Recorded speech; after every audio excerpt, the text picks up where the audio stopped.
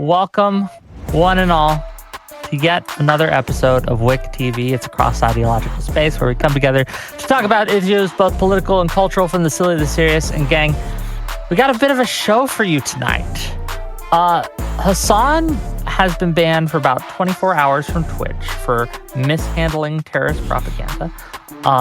And with the tragic and senseless violence and murder of the two embassy workers, once again, we're here to talk about free speech, its limitations, if any, and stochastic terrorism. And we've got a great set of guests to do that. I'm going to give them each a chance to kind of introduce themselves, give a little a brief intro on their thoughts, and then we'll get into it, gang. And remember, if you enjoy my content, as always, hit that like button, hit that subscribe button if you're on YouTube, if you're on Kick or Twitch. Click the follow button, and you'll always see me. With that said, let's give the mic first to first-time person on my show, Misfit Patriot. Welcome. Thanks for coming, and tell people a little bit about who you are, why they should listen to you, and what are your thoughts on all this? Go ahead. Yeah, thank you. Misfit Patriot. I talk about, I do political commentary with a focus on, calling out the extremism on both sides. So I'm not necessarily well-liked by my side or some of the people here, because I'm just completely unfiltered, uncensored. I was on a debate with WIC, and the person that he was with was just nonstop talking, so I made this thing called the Pisco timer. I don't think we're going to need that today, but yeah, that's me. Welcome to the show, and it was a raucous one, and thank you for agreeing to kind of show up. We'll see. notsoErudite, go ahead. Hello, everybody. My name is notsoErudite. You can find me everywhere under that name. Some of you might know me from Bridges podcast. I'm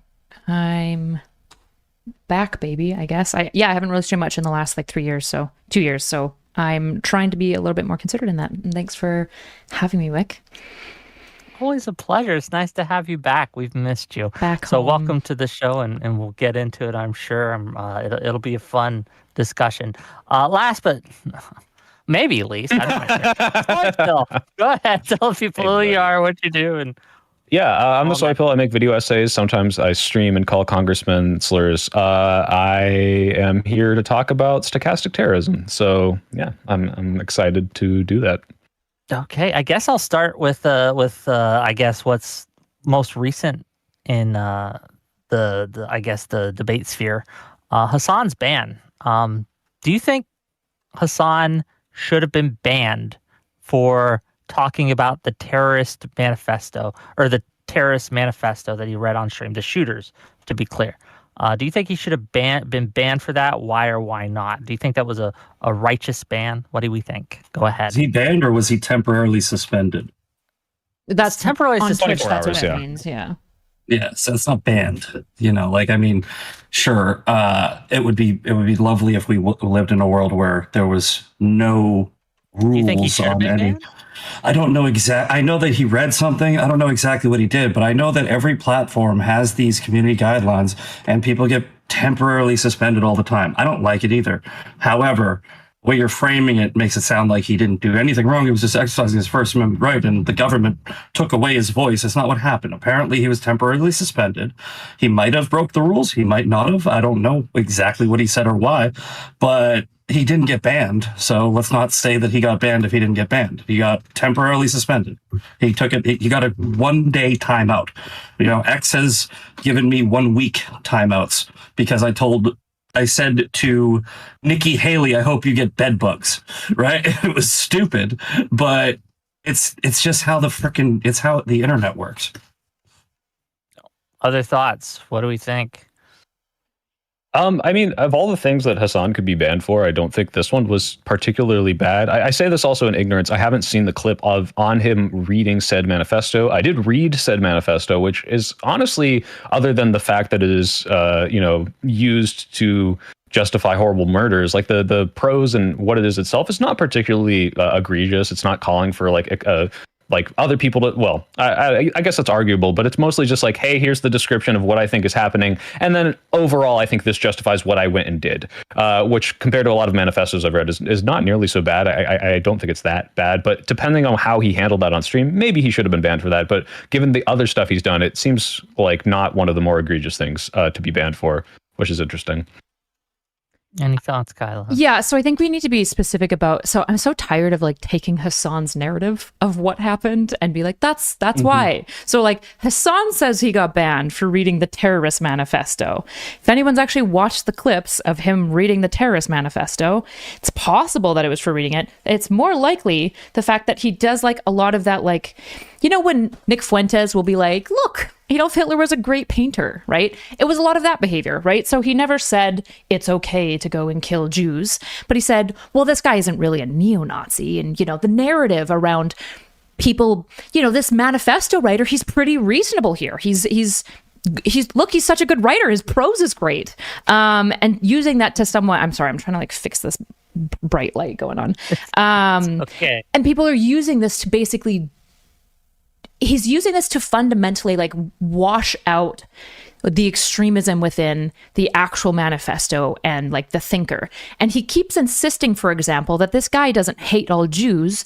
You know, he's just really upset about Gaza. But then he makes this weird comparison to Luigi Mangione. And even in his own chat, they're like, they can't track it. Because his own chat is being like, yeah, he's different than Luigi because Luigi targeted the guy who actually affects healthcare, and then this guy targeted people who don't actually affect the war. And then like, oh, wait. And I think in the middle of that, he realized that he's basically justifying anti-Semitism. And then he's like, yeah, anyway, so it's terrorism. Yeah. And so I actually want to push back on that, Kyla. I mean, like, was based on what I read, I don't know this guy's whole motives. I just read the manifesto. It did not seem particularly anti-Semitic. It seemed like a totality of all the things that I would say most of the left wing thinks now, which is Israel's actions are abhorrent. There's peaceful things are being tried. None of this is working. Now, correct me if I'm wrong, because I don't know. Did he target these two individuals specifically? No, he went in to kill more than just these two people. His gun ended up jamming. He shot these two just because they were the first two that he saw. Which is why it's so ridiculous, right? Because he shot them, and then his the girl that he shot, I can't remember her name, Sarah, I think. He shot her once. She was crawling away, and he went over her body and shot her in the back a second time. Right. So it was execution style, and his gun jammed. This is per the reports that the police put out. So for all we know, he was going to kill 15, 20 more people. Yeah, mass shooting as much as he could. Yeah. Here's the reason. It's just his gun jam. Here's the reason why this is anti-Semitic. I would agree that if you read the manifesto, it's never explicitly anti-Semitic. It's always baked into anti-Zionist talking points. The issue is that what he did is he went to a Jewish embassy and just shot random Jews. That's what he did, which means he's not really targeting anyone related to the Gaza situation. In fact, if he looked into it, he would have known that the meeting that was happening was fundamentally about trying to broker peace and find a ceasefire. And so, if anything, he's targeting maybe the worst Jews to target, but he's targeting them because they're Jews. That's why he's targeting them, because they're Israeli. Well, that's what's interesting. I think you've kind of baked in two positions there, which I guess I don't agree with, which is if you look at the manifesto and you see that he is vehemently anti-Israel, obviously, it's like, look, Israel's actions are awful. I think Israel's actions are awful. But then to say that this is the same as anti-Semitism, as a Jew and a anti-Semitic Jew at that, I would say that this is like specifically like him targeting the perpetrators of what he perceives to be one of the worst evils of today. And if he had gone into a synagogue, I think you'd have a much more strong case for that, because that's like, these people are completely unrelated. But the fact that he went to the embassy of the country that he thinks is doing that, like, I still don't, I'm not saying it's impossible that he is just anti-Semitic. It just doesn't really strike me as that. Am I wrong? And perhaps I'm mistaken, but I don't think it was the embassy. I think that embassy. No, it was an event outside a Jewish museum. It was excuse me, the museum. Yes, it was a Jewish youth event. He was going there to kill Jews. I mean, let's not play this game of Zionism versus Jews, right? Because 80 to 95% of all Jews are Zionists, right? So if you hate 80 to 90% of a people group, you hate the people group, all right? And there's people that are like, I'm Jewish and I'm anti-Zionist. Okay, are you a religious Jew? Are you an ethnic Jew? Because there's a big fucking difference, right? Religious Jews, they say that the numbers are upwards of 95%, like actual religious Jews. With actual ethnic Jews and Israelis, the number's very high. And then there's this polling and demographic of young Jews, right? It's basically secular Jews who are only ethnically Jewish. And those are the high number of them are becoming more and more anti-Zionist, which is, it's really conflating two different things, right? There's Jews and there's Jews. Right? Like there's people who just have a Jewish mother, Jewish family, Jewish ethnicity. And then that's probably you. Now, this guy went to a youth Jewish event and he didn't target, I don't think that he was going up to people like, are you Jewish? And then pulling the trigger. He was going there because it was a Jewish event, period. Right? There's no justifying it away. And his manifesto, which was talking about how, you need to actually enact violence in order to enact peace, is bullshit. It's terrorism. Right. It is 100% terrorism. But I want to be super clear here. The reason I'm even pushing back a little bit is because I've seen the big difference between someone who ostensibly is like, hey, every Jew is bad, these super far right, like Nick Fuentes' types. And I'm not saying that I think that there's clearly a distinction between tell me if this is crazy. If I'm just a average American, I'm not bought into all this internet crazy politics, and someone comes up to me and says, hey, look, the Israeli state is doing this in Gaza, regardless of whether or not you think it's the worst thing in the world, doesn't matter. They're just like, hey, this is what's happening. This is how many people died, and this is how many children died. And then I say, wow, I really don't like the state of Israel. Would you consider that anti-Semitic? Because I think there is baked into that a lot of anti-Semitic people, but I don't think that inherently is anti-Semitic. And I think a lot of people will criticize the state of Israel for its actions. And because it is, the Jewish state, they get to hide behind that label of anti-Semitism, which I don't think is always the case. Not to say that there's not anti-Semitism painted at these people, because there absolutely is. If you're just, I don't like what Israel's doing, I don't think that is inherently anti-Semitic. This guy might have been. Unfortunately, go ahead. Just real quick before you respond, I just want to remind people this isn't the core of the discussion and the debate. I mean, obviously it relates to it, but I just want to just kind of after you guys have this back and forth, I want to try to get us back. Let me just do one quick response, then we can move on, because I know you really want to talk about the free speech restrictions on people. So here's the thing. There's this word game that's going on between people who are they're like, I'm not anti-Semitic, I'm anti-Zionist. I just don't like what Israel's doing. I just. And you may be right that there are some people who feel this way. So there's some people who are like, I don't like government corruption. I'm anti-war. I'm a libertarian, this, that, and the other. The vast majority of people that have adopted the cause. So if you have a big tent filled with a bunch of people who hate Jews and you're in the tent, but you're going, I don't hate Jews, right? It's like, hey, but you're going to be lumped in. It's the same thing that we do with everything else, with any type of tribe. It's like, oh, all MAGA's racist, or all this or all that. And you go, but I'm not. Oh, but all these other people are. You're viewed by the company you keep. That's all I'm trying to say. And we can move on to the free speech thing. Well, can I ask one real quick clarified question? I want to get on this too, right? Okay, fine. Go first. Fuck it. Well, yeah, I guess my to just take this to the absurd extreme, does that mean that because anti-Semites will always hate Israel, right? Because they hate Jews and it's a Jewish state. Does that mean that no matter what Israel would ever do, even if they nuked Gaza, or if they, were committing literal Holocaust level, I am putting all of these guys into camp, we're just gunning them down, 10,000 a day, would criticizing that no matter what be anti-Semitic? Are they immune from criticism? Is what I'm No. I've criticized them before. I'm a theological Zionist, so I only support the Jewish people. I don't support a state or a country of Israel. However, I've also looked at this evidence. I've followed people like John Spencer, military experts who are covering this war, and the way Israel is handling it. It's not this genocide that everyone keeps saying. Now, you can have that opinion, and that's fine. And you can criticize Israel's actions, like allowing certain things to happen. I mean, I don't want to get into the specifics because we'll go down a rabbit hole. But I think that there's corruption in every government. I think that Israel is a government, and I think there's corruption in it, right? Sure. That being said, They are no more or less corrupt than our own government. They're no more or less corrupt than many other governments around the world. The hyperfixation on Israel's response to a terrorist attack where they raped and murdered 1,200 people, it's just bullshit, right? We had the World War II, like the Allies with the Royal Air Force bombing Hamburg, Germany, 9,000 tons on Hamburg, 250,000 displaced, 40,000 dead, 40 more thousand injured.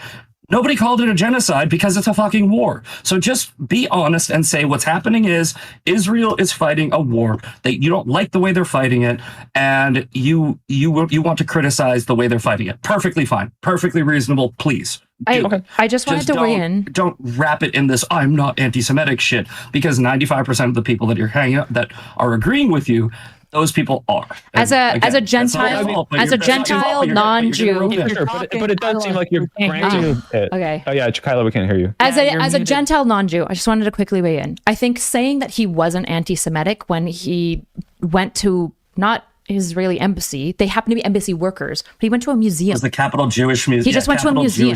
Jewish museum. Right? He was going there to target Jews. In fact, he was going there to target Jews in the same way that Hamas does. He was targeting young Jews specifically, which is one of the main groups that Hamas will often try to target because it's symbolic of killing the future of Israel. It's very, very important to Hamas, specifically to killing young Jews. So to say that this isn't anti-Semitic, but to go back to Hasan, to zoom back out, whether the shooter himself was anti-Semitic or not, doesn't really matter. Sorry, I was just waiting for you to finish talking to your chat. Doesn't really matter. What matters here is how he covered it, right? Is he bad for reading a manifesto? I think you and I would probably agree, no. I don't care if people read people's manifestos. What matters is the way that they engage with the manifesto afterwards. And I would say that the way that he engaged with the manifesto, while not nearly as bad as half the shit that he's done in the past, was I would say basically dismissing and normalizing and basically sane washing a terrorist who killed Jews. Yeah. How responsible, if at all, do you think that people like Hasan are for what happened in last week with the killings?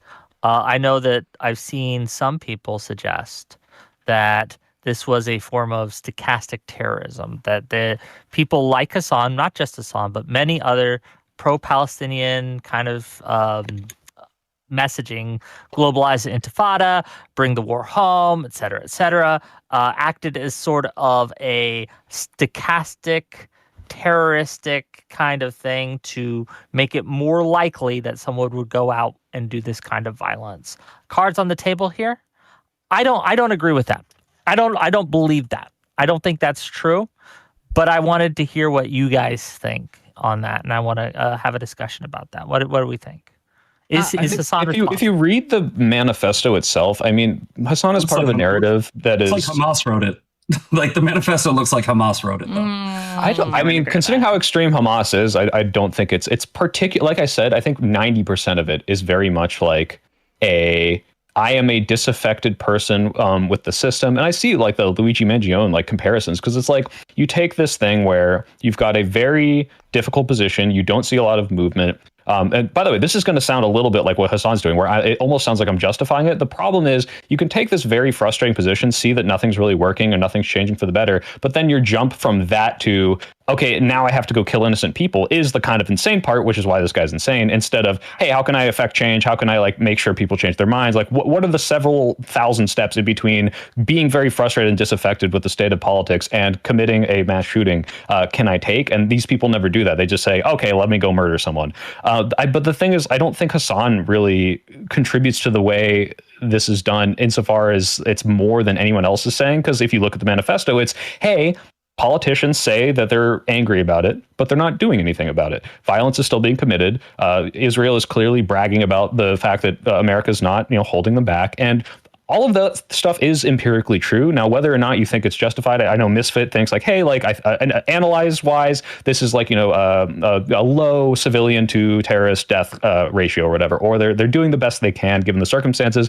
Regardless of that, the circumstances are incredibly frustrating for people who want it to stop. And I think that it seems to be what inspired him to do this, insofar as like he's like, well, this is the only thing that could do it. Or like Aaron Bushnell's like, well, I have to set myself on fire or else nothing's going to change, even though clearly both of these things are not going to stop what happened. I don't think the actual material conditions that led to the frustration are Hasan's fault. He's just talking about it, although he is spreading the word. Was he? I didn't see the clip of him reading the manifesto. If he read the manifesto word for word and said, I'm just reporting this manifesto, then obviously that wouldn't be stochastic terrorism, right? Can I give you guys a quote from that, actually? Sure. This is from the New York Post. From the manifesto? Because when we're talking about stochastic terrorism, Hasan and the embassy killings or whatever. No, we're talking about Hasan. A Hasan quote from his stream where he was reading the manifesto. Okay, I was curious. If we want to talk about stochastic terrorism, though, we have to talk about his language before the killing, right? Like, not how he responded afterwards, right? So, like, when it comes to stochastic terrorism, I don't really see a grounds on legally how you do anything about it, right?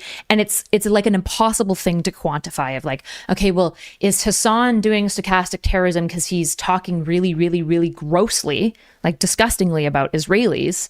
It's definitely mean and bad.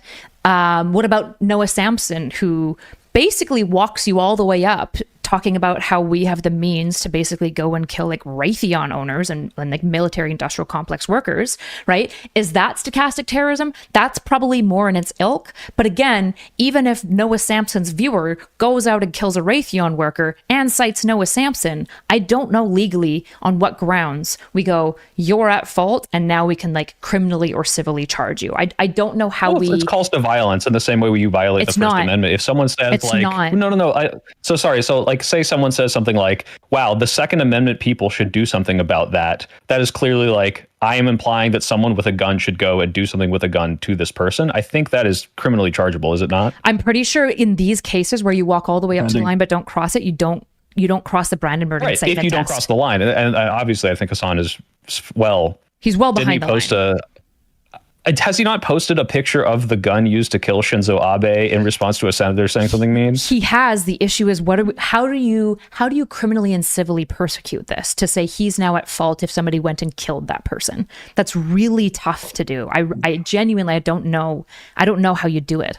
I think the main issue is a lot of people, not just Hasan, there's a ton of people on the internet who try to toe this line, and they know exactly what they're doing. Like we mentioned earlier, the from the river to the sea, right? It's like there's a lot of people that are like, that's just free speech.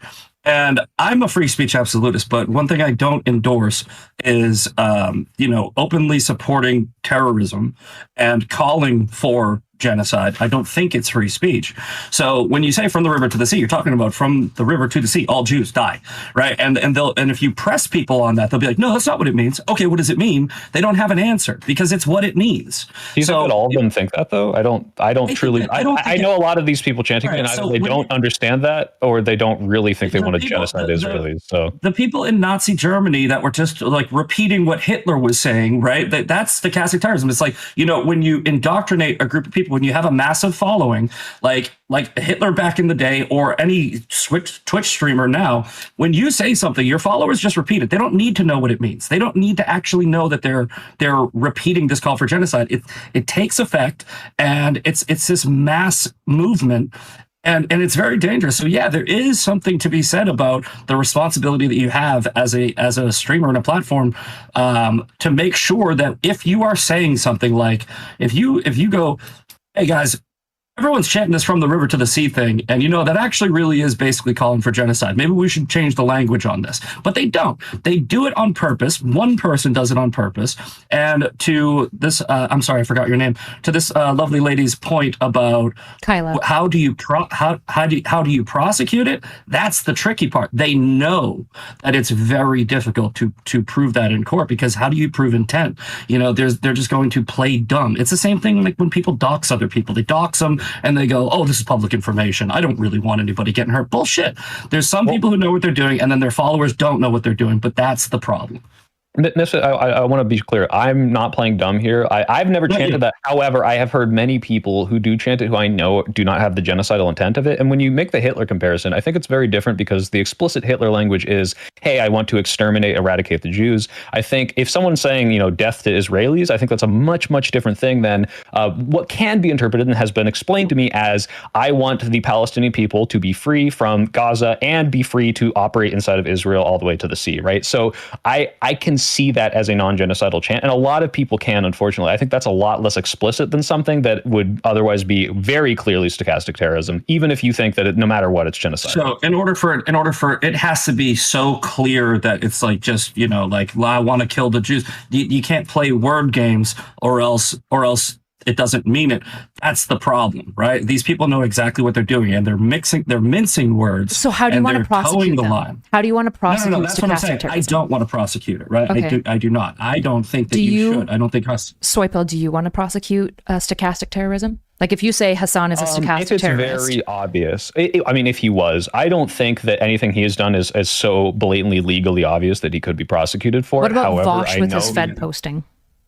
One more time? Vaush when he was Fed posting? I don't know if you remember that. I'm not familiar with could you tell me what happened? Well, just to be clear, let me give an example. Like what I said would be probably prosecutable is if someone says, wow, someone should go out and do something about this guy, and then someone does go out and try to commit violence against him. I think that's probably a call to violence that I would think would be not under the person. No. But the issue, let's just put this in court. Let's say hold on, let me push you. Hey, no, let's use this example. If this guy was dead and someone should make it happen. Let's use your example. Let's use your example, right? And then let's push it. Okay, so it goes to court. Sure. First of all, you have to prove A, that person was watching that person, and B, that they were watching that person when that person said that, right? Yes, right. So so what if they weren't watching him? What if it was a Hasan then viewer? You can't prosecute them. Exactly, right. So this is what I'm saying. Stochastic terrorism. Large burden of proof, but the thing is, especially you gotta let. Sorry. Go ahead. She cut out for a second. I thought she was done. Go ahead. So you said in this case, you wouldn't be able to prosecute them, and so I'm saying every single person who's not just a complete dunce is going to walk that line. Every single content creator, even Noah Sampson, is explicitly walking that line. They walk all the way up to it. They give you a little wink and a nod, but they will never say anything that quite goes over the line, except for the extreme cases. But the extreme cases are never going to be large content creators. It's not going to be Nick Fuentes, right? It's not going to be Hasan. It's not going to be Noah Sampson. So I don't know how you... But you see, there is a line, right? We agree, had they tread over that line, there's probably something obvious there. And that's why I don't think any of these people have necessarily crossed it. They should. We already have this. Well, the issue, what I'm saying is you're not talking about stochastic terrorism. You're talking about incitement. We already have this. We already talk about it. There's already a law for it. We all agree that you can't point at a bunch of brown people and be like, guys, we should go fucking neck them, right? Everyone agrees that is bad and wrong to do. And all the versions of directing people to do violence. The issue with stochastic terrorism is you do everything up into the point of directing violence, but you never do. You never do say, we should go get them, right? They'll just be like, so let me yeah, go ahead. Can I give you a recent example that just happened a couple of days ago? This is Stu Peters. I don't know if you guys know who that is, but he's straight up anti-Jew. He's like espousing Hitler. He's not saying I'm anti-Zionist. He's not towing the line, and he's been calling for a final solution, right? Okay. So this was the day before, or the day of, I think, actually, the shooting at the Jewish Museum in DC. He posted, solutions are great, final solutions are better. Somebody calls him out and goes, see, this type of language is exactly why these two people just got killed. And he responds with, show me where I called for a genocide. And then Community Notes is like, final solution means genocide, dumbass.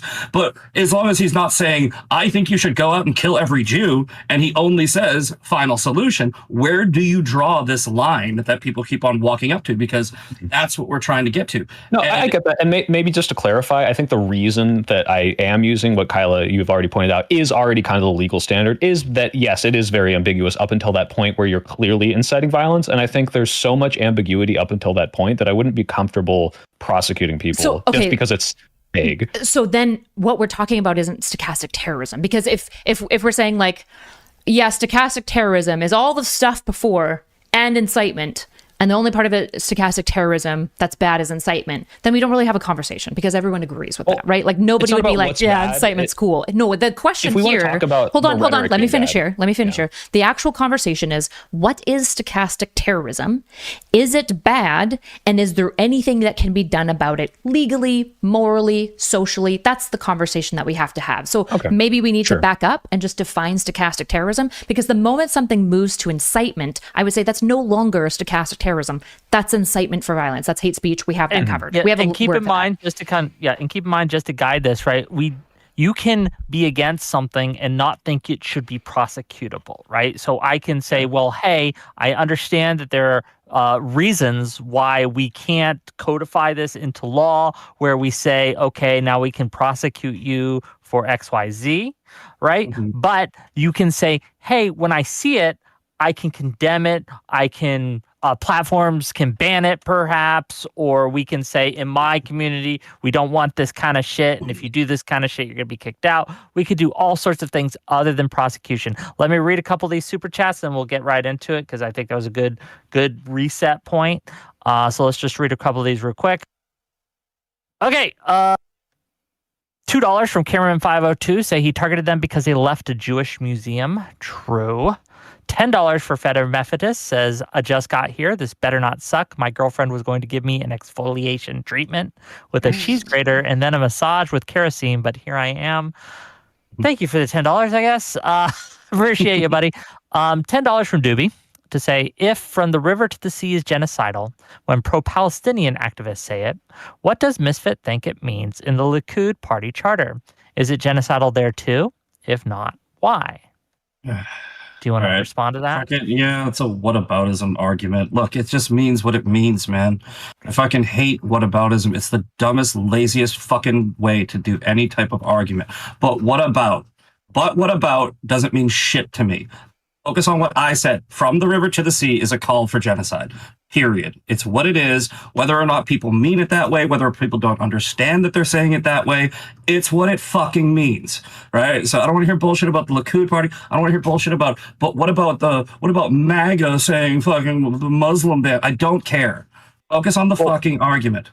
Misfit, maybe I can give a little credence to them. Like, do you remember the whole like OK symbol thing that was going around like 10 years ago or whatever? So like obviously this has been okay for decades, right? And everyone knew it meant to that. And then 4chan did the troll where they're like, hey, what if we make this a white power symbol? And then actual white supremacists use it to mean white power. And to a degree, some people who do this do mean it to mean white power. Some people are doing it that way. Obviously, majority of people don't. However, just because it is that, and it does not, diminish its meaning as an OK symbol, but it also doesn't mean that those people using it to mean white power don't mean white power. I think the problem is if you could show me somehow that most of the people that do say from the river to the sea do have genocidal intent, I think that would be much more compelling than just, even if the original meaning of that was genocidal intent, my experience with the people chanting this is not that they want a genocide. And that's why it's frustrating, because maybe they're co-opting it, maybe they're taking it back. I don't know. It just doesn't seem like most of these people are saying it. The original meaning behind the Nazi flag was a symbol of peace. When you change the meaning of something, when enough people adopt something, it becomes that thing, right? Exactly. I agree 100%. So I think what you're asking me is, have enough people adopted it to mean a genocidal intent? Yeah, I think they have, but maybe you're not seeing it. But I'm pretty sure. I'm pretty sure that can that work in reverse? It can. Yeah, it can. Can work in reverse. You can take something that's a horrible thing and then make it to something benign. Like queer. I believe so. I mean, thank you. Good example. A retard. We love that word, right? I'm just joking. But what I mean is, if you look at the people who are protesting on the college campuses, calling for this genocide, a lot of them were not these peaceful protesters that were just fucking looking for they were literally writing death to Jews. They were chanting death to Jews. There were people in New York City the day after October 7th. There was one guy that was holding up his phone and it had a swastika on it. And I think that if this is where people lose me on the pro-Palestinian side. I can have immense respect for pro-Palestinian people if they do what I do. and call out their own side, right? If I see people calling out the stuff that I'm talking about, I have immense respect for them. Same thing about the Palestinians, right? I say, you know how the Palestinians can get my respect? And a lot of people's overthrow their fucking government. You know, Hamas is their de facto government. There's millions of them and only 40,000 Hamas fighters. And the reason they don't overthrow their own government is because they don't want to. There's a lot of support for Hamas in that region. I'm not saying all of them. There are peaceful Palestinians. There are Christian Palestinians. There are great Palestinians. I'm not saying that every single Palestinian is a terrorist. However, there isn't enough of them calling out the bad actors in their own, I guess you could call it country. It's not really a country, region, right? You got to be able to take self-accountability and use it as the reason why people should support you, right? If you aren't calling out the bad shit on your own side, you don't deserve people's respect.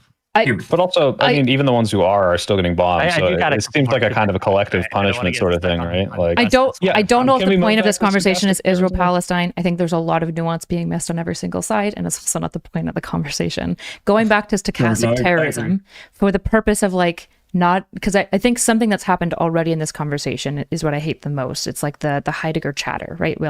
We keep on using this word stochastic terrorism, but we aren't actually all agreeing on even what we mean by it. So we could just keep talking past each other. So I can offer a definition. Yes, please. Actually, can we define it? Sure. Yeah. So I essentially, hold on, let me pull up my Obsidian. I wrote one. Situations where public figures use mass media to demonize a person or group, increasing the likelihood that someone committed a violent act against them. Importantly, the speaker does not issue direct commands, allowing for plausible deniability. So I define it as it's saying everything you can to incite violence up until the line of inciting violence. You never cross that line. Once you've crossed that line, we call it hate speech. We have a word for that. And that's what I'm calling because they're probable but individually unpredictable is what I have here. So that tracks. That's exactly what it means. Okay. So my issue then, the reason I got confused. Yeah, I agree with the definition. The issue, Kyla, that we were getting, or I was getting, like using a more obvious, like illegal thing at the beginning is there's so many of these cases where even if I don't agree with what they're saying, I think people might feel justified in going and committing violence because of what they hear, right? So we look at both of these cases, the Luigi case and the, what's his name, Elias, right? And it's like both of these people, I think, had a very strong foundation in reality, which is there is a very fucked up system that is doing things to millions of people that I think is unjust, right? And if I am someone who reports on the healthcare system of America and says, I don't like this is unjust, I could arguably say that people like CEOs are killing, tens of thousands of people in America every day. I don't think anything I have said right now should be considered stochastic terrorism, because I think that is a justifiable, defensible thing to say.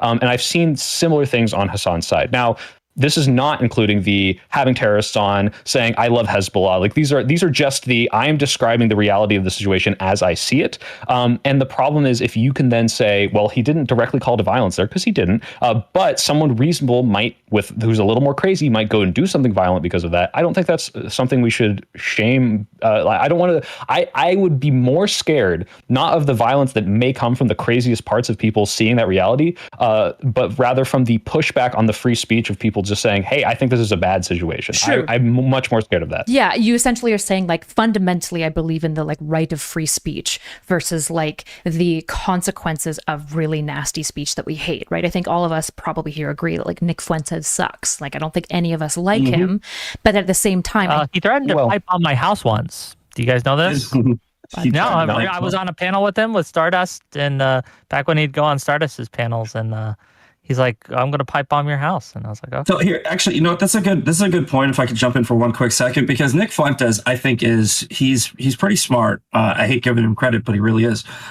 In the way that he uses his language, he creates a cult-like following, like he literally said, everybody and I know that he's just going to say he's joking. And I think that this does tie into stochastic terrorism, where they try to make this like, oh, I was just kidding. But Nick Fuentes is like, I will kill, rape, and die for Nick Fuentes. And he goes, put your hand up and say, I will kill, rape, and die for Nick Fuentes. And he's going to go, hey, I was joking. But just about a week and a half ago, Sarah Fields was threatened, had a death threat against her from one of Nick Fuentes' followers. And he said, he literally was in a space with me after he was saying that he was going to rape and murder her. And he said, I will kill, rape, and die for Nick Fuentes. And he was not joking. This kid had mental issues. So what is the line? How do you define? Like, so we already went over what stochastic terrorism is. It's coming up to the line, not crossing it, and then hoping somebody will do something that you're just giving the winky wink nod to. And this is why I brought up the from the river to the sea thing, because I believe it is a form of stochastic terrorism. I believe that when the left was saying that, you know, all the white people, all the rich people are so evil, and the healthcare CEOs are killing people, and this, that, and the other, I believe that's what inspired Luigi Mangione. How do you draw the line? You don't. Right, because what we have to do is we have to protect free speech at all costs, and the way to combat bad speech is with your own speech, and you have to start drowning out the own voices. Which is why I'm saying that the way that I think this should be fixed is in-house. I think that when you see something on your own side and you don't call it out, you're complicit in it. That's why a lot of people on the right hate me, because I'm calling out what I call the woke right. I'm calling out these Nick Fuentes types, Stu Peters. I'm calling these people out, and we vote the same way. But why am I calling them out? Because it's wrong. It's wrong what they're doing. I'm trying to make my voice bigger than theirs.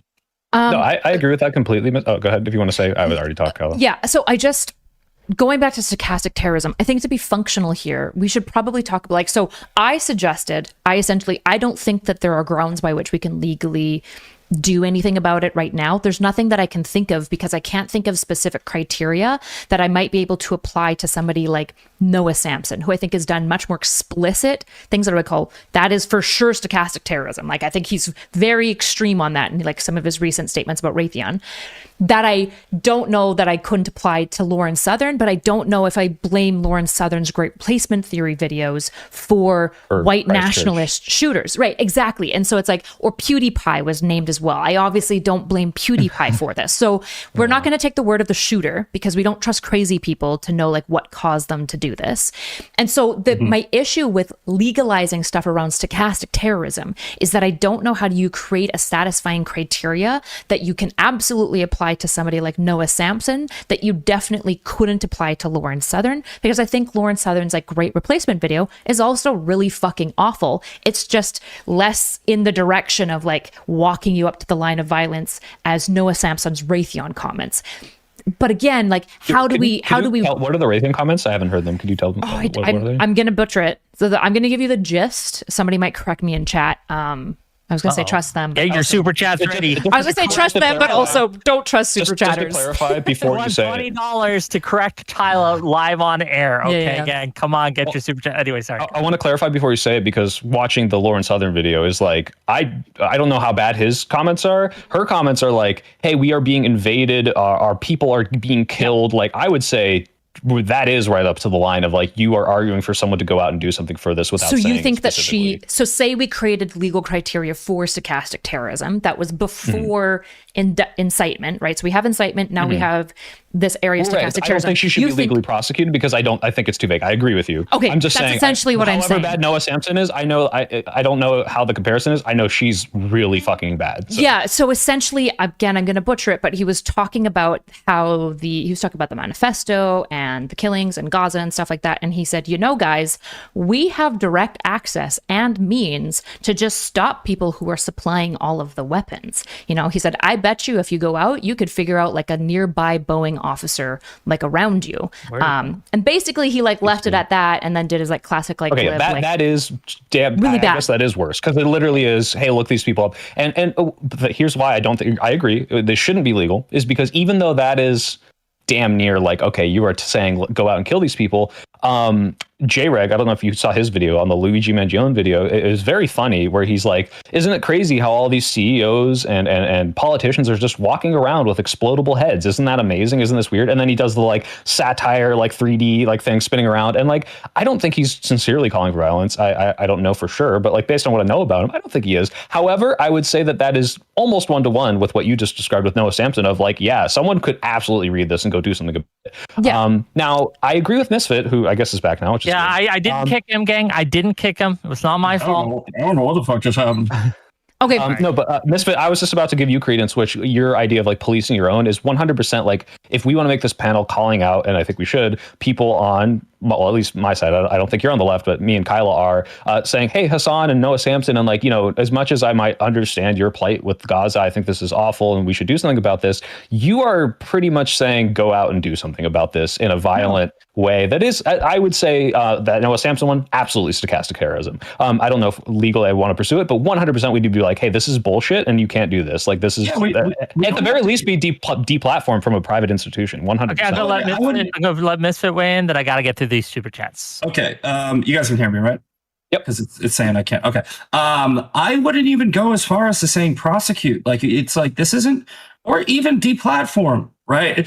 I don't like the deplatforming thing. I don't like the censoring and banning thing. I think that Kanye should be able to make as many Nazi shirts as he wants so that we can identify these fucking people when they walk down the street. I think that it's really as simple as calling out your own side just in that regard. Literally just start being the voice against the other voice, right? Because I think what happens too much is people get into this tribalistic mentality of, well, we're on the same team, so I don't want to say anything about, you know, Susie over here, who's being really bad because Susie has a lot of followers and I don't want Susie's followers to start coming at me and I don't want to get kicked out of the group, right? If you get into that mindset, like this is what I say about the squad and everything, like AOC and Ilhan Omar. I think that the reason why the Democrats lost the 2024 election was not because Donald Trump was so well liked. It's because the Democrats were so well hated.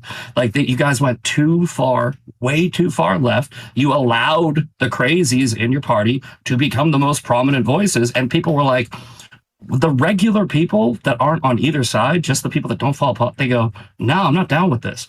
Calling out your own side will give you a lot of credibility. So that's what I think should be done. It doesn't have to be deplatformed, doesn't have to be arrest, doesn't have to be prosecute, doesn't have to be anything. I got to push back on that last thing, Misfit, because like, you know, no one's calling out Marjorie Taylor Greene or Lauren Boebert, and you guys still won. Like, no, you did, but the majority of people are not. All right. And like, I appreciate that you do because they're fucking insane. But like, I don't think that is the reason. I mean, I'm sure people view those people as radical and that could turn off independence, but like, there's like, this doesn't apply to both sides at all in a way that I think it does. Affecting.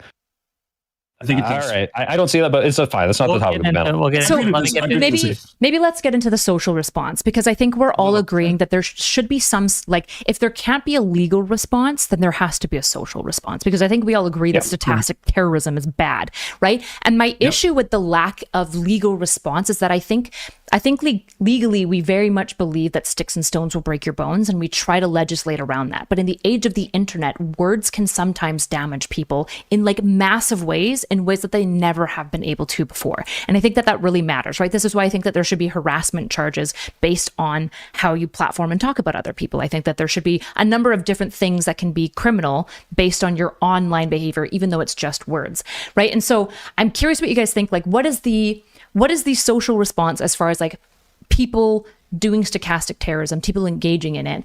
Like, for example, when I look at somebody like Nick Fuentes, if I knew that somebody ran into him or they confronted him at some sort of event, like a Jew, and were getting big and mad, and then they punched him in the face after they started fighting a little bit, I would still think that the assault is wrong, but I think it's way less wrong than if that Jew went up and punched a random person, or even just a random Nick Fuentes. Because I think in many ways, Nick Fuentes is almost permanently existing in a state of provocation and like, are you doing this stochastic terrorism right now? Not even joking. Like, isn't this kind of the same thing? Like, you're saying, look, I don't advocate the violence. However, I think it would be less bad than this thing. I think there would be completely understandable given Nick Fuentes' background. And by the way, I'm not saying you're wrong on any of this. It's just, this is exactly it right now, happening in real time. I don't know if you were doing that on purpose, right? Like, that is kind of, someone's going to hear you say that, and there's a good chance they might go and punch Nick Fuentes. Like, sure, right? I just would also say you should go to jail for it. Okay, sure. But if someone said, I think you should go to jail for shooting up the Jewish museum. I have a couple. However, I agree. This is why I think legally engaging with civilly punishing stochastic terrorism is muddy, because I think you agree. I'm at like the very far end right now, where it's like nobody listens to this and is like, that's really bad, right? But when they listen to Lauren Southern being like, guys, they're coming in, or they hear Vaush being like, trans people should arm up, they obviously understand, like, for example, guilty mind. Like when they hear me talk about this, they know that I wouldn't think that it's a good thing necessarily that you're assaulting somebody. I would think it's less bad in this case. Whereas Vaush or Lauren Southern, potentially, you could possibly presume, or Noah Sampson, that there's some mens rea, that they would believe that it is good. They have some level of guilty mind of like, it would be good to do these actions, right? Which would be the delineation between perhaps me and Noah Sampson. If I can mention also Sampson. becomes, because I do have part of an example there, though? or I'm never going to get there, right? But the question also becomes, on that vein, is it always wrong to call for someone to, like, shouldn't we stop bad things? Like, if there is a horrific event going on and people are engaged in a horrific act, should you not call upon others to stop that horrific act? Right? That's a very vague statement. I see what you're saying, Wick, but it's very vague, right? Because that could be like, hey, because by the way, I think I super chatted Vaush about this back in like 2019, where he was watching a super chatting Vaush and not in 2019. I didn't even know who you were, Wick. I'm sorry. So like at the time, I didn't stream at the time, he was watching a Steven Crowder video, and he was saying, I think this is 100% confirmed. He said, man, like someone like this guy should die or something along those lines. If not, also like it sucks that like shootings happen at other places, but not places like this where he's doing this like, you know, open panels or whatever. And I'm like, yeah, that's like clearly like calling to violence, or at least like, you know, some sort of stochastic thing there. And I said, I don't think you should do that. But I don't think that's on a very different side of the spectrum of like, hey, like if there was someone like the government today in California was rounding up my friends and shooting them in the street, and me saying like, hey, someone should go stop this, I think that's much more justifiable. And to just say like, should we not advocate for bad things to stop? I think there's a huge gap between, you know, Ben Shapiro says bad things and someone should stop him, and hey, someone is killing my friends and someone should stop him, right? There's like a huge difference there. Can I really quickly pick apart, Kyla? I'm curious because you lumped in. Can you hold on to it? Can you write it down? Because again, I got it in my brain. Go ahead. And make money. I can't defraud my customers. Okay. $10 from Doobie to say he targeted an event held by a pro-Israel lobby organization that has been fully in support of Israel's actions in Gaza. This wasn't about anti-Semitism. Reducing it to that is dishonest. I'm just going to go through them, then we can respond to them, right? $5 from Old School to say ask Erudite or anyone to define what a stochastic process is. No cheating. We'll get to that, right? $10 from Doobie. Quick reminder that Misfit, the guy pearl clutching over responsible language, is the same idiot who posted, I'm okay with as many dead kids as it takes to stop Hamas. Then $10 more to say, to be clear for everyone, Misfit thanks from the river to the sea. This guy doesn't like you. Is genocidal, so he thinks Likud is a genocidal party. They run Israel right now. He supports them. Is this stochastic genocide? And then finally, from $5 from Kyla, from Old School to say the way Kyla defines stochastic terrorism shows that it's nothing more than a meme created to further undermine the free speech rights of those we don't like. And then $2 from Tesicle Johnson. George Bush did 9/11. Thank you. Yeah, I'll address the one directed at me because it's so funny. I love that I have to keep on. I'm not defending. I love that I have to keep on explaining this this tweet because, you know, I did it for the purpose of ending the struggle session where people just keep on going, are you okay? Are you okay with Israel killing kids? Are you okay with Israel killing kids? And eventually I just went, you know what? Fucking, yep, I am. And here's why. And then they obviously leave out the whole, you know, multiple paragraphs that went after. The comparison I was making was, yes, I'm okay with it. I don't like it, right? Just like I'm okay with how Nagasaki ended the war and saved more lives in the long run. Just like Operation Gomorrah in Hamburg, Germany, like I just mentioned earlier, was the right thing to do, targeting civilian areas. I don't like it. I have never called for, I have never endorsed, I have never relished or joyed in the fact that an innocent person is dying. But if you are constantly doing this struggle session with us, going like, and I know it's emotional blackmail, I'm eventually just going to pull your card and go, yep, I'm okay with it. Right. And that's all that was. But it's not even, I'm not backpedaling. I said it. I meant it. I am okay with it because I believe that Hamas is an evil organization. And if it is not stopped at all costs, then more people are going to die. So in a pragmatic way, yes, I'm okay with it. Do I like it?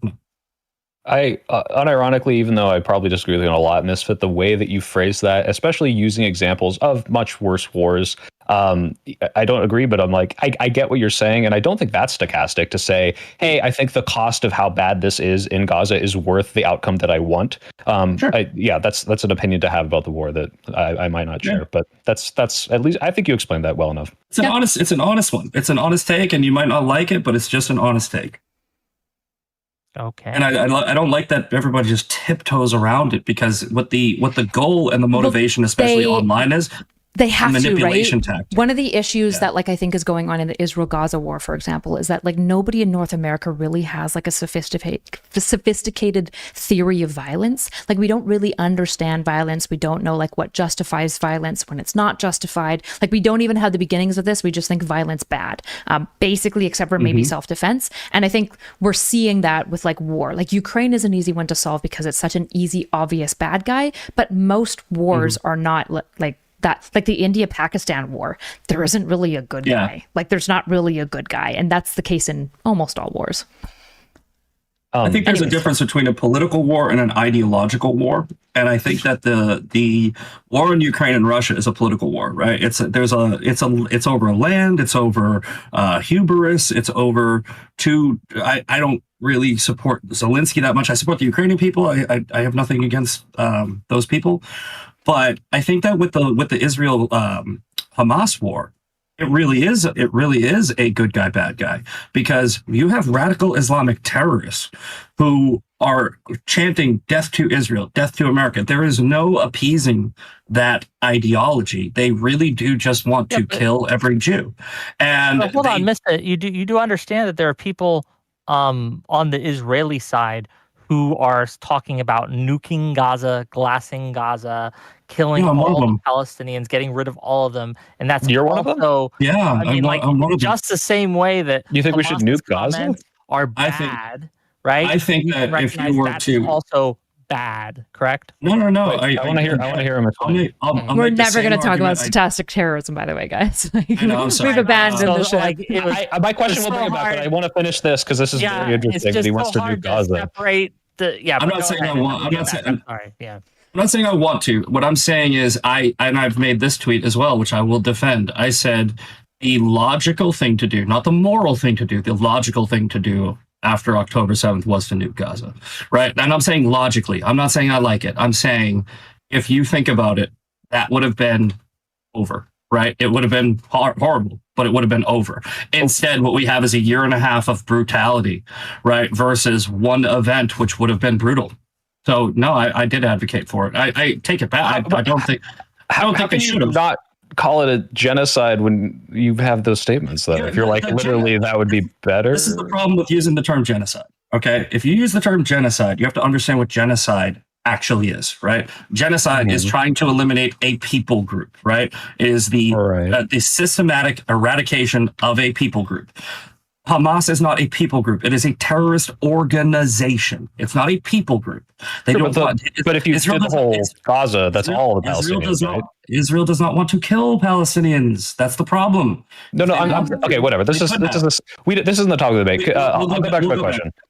So Kyla, one of the examples you brought up, because you did Lawrence Southern, Noah Sampson, both of those seemed really bad. But the specific Vaush one, I gave you an example of which I think is a bad Vaush one. But the Vaush one you said of trans people should arm up.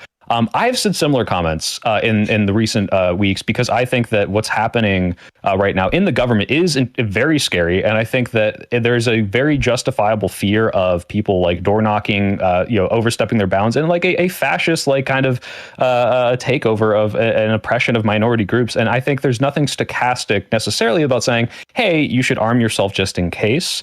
Especially if you add on, I don't think people should be going out and committing violence against the government right now. I think this is incredibly unhelpful. If you look at this Elias Rodrigo situation, not only are they going to be using this to persecute people who say free Palestine now or who wear the keffiyeh, but it's just this didn't move the needle, I think, at all. Sure. But to also say you should arm yourself, do you think that's stochastic terrorism? No, because I think terrorism is a key part of stochastic terrorism. Like, right, when we're talking about terrorism, there's an element of using violence to intimidate and targeting civilians is a really key part of typically terrorism, right? So when you're talking about army, but the reason I bring up the Vaush example is on the continuum of stochastic terrorism. A lot of people might claim that Vaush is doing he's the stochastic terrorist here, right? And so I think this is why we have to kind of have better conversations about this concept, because I think if we're going to wield this word and make it punchy and meaningful and essentially say you're being a terrorist, right? Let's remove the sarcastic part. You're being a terrorist. You're just not killing civilians.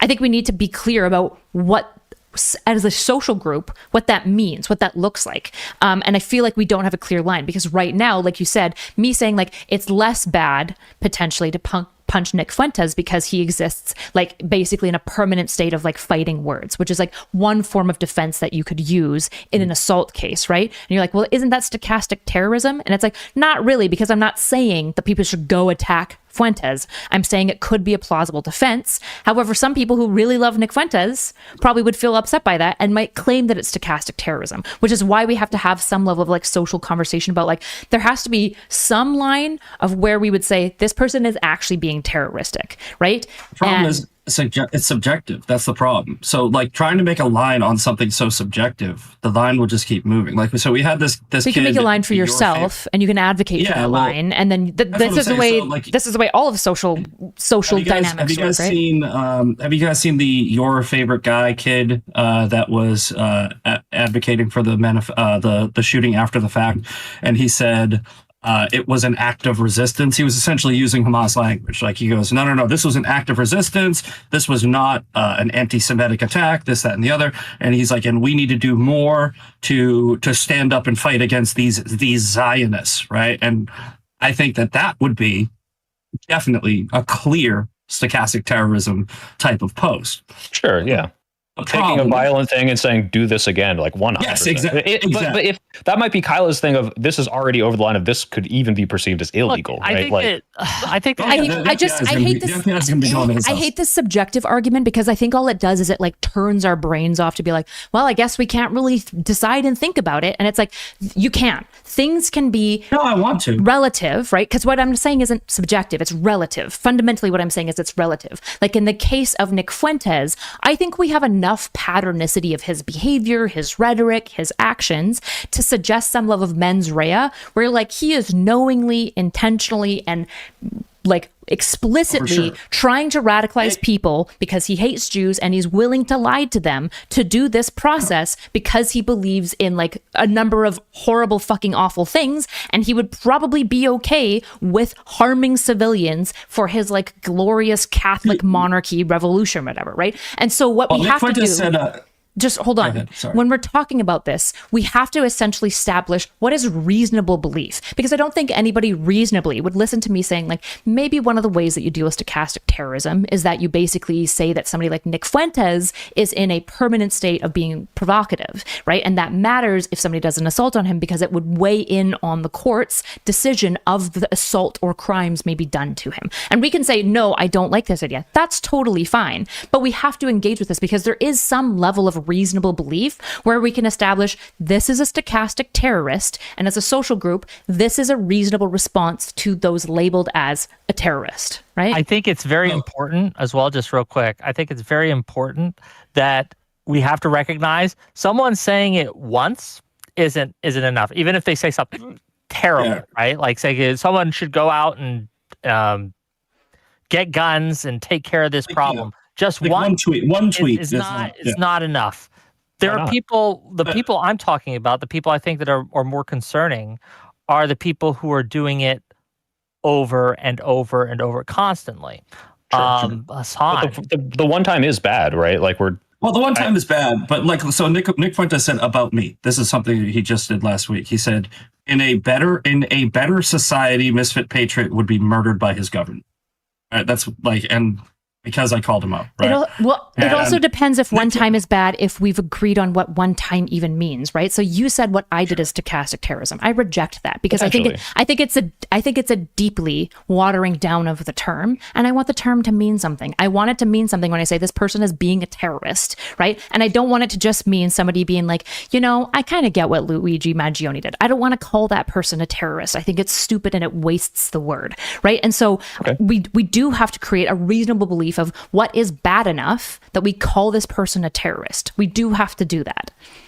How can I bet we couldn't even get all three, if not four of us, to agree on a belief here today, which is why it's like, I agree with you. Like, obviously in even in legal terms, like there's a standard of a reasonable person would believe, like that's a thing that exists, that judges even then subjectively have to determine themselves. But there's something there where it's like, okay, obviously someone could see this, or like you can't claim negligence to a crime to not doing it. And in this discussion, I think there's a very good conversation to be had about how we're policing our own. And I think we can keep going example by example and say, okay, this one absolutely is, and we should call that out, and this one isn't. But is there really going to be a way where like, okay, the line is this specifically? Because I don't think there's going to be a way to do that. And that's what I was saying. I wasn't trying to diminish or water down what you're saying. No, I'm saying that soy pill was. Sorry, that wasn't directed at you. When I said about the punching. No.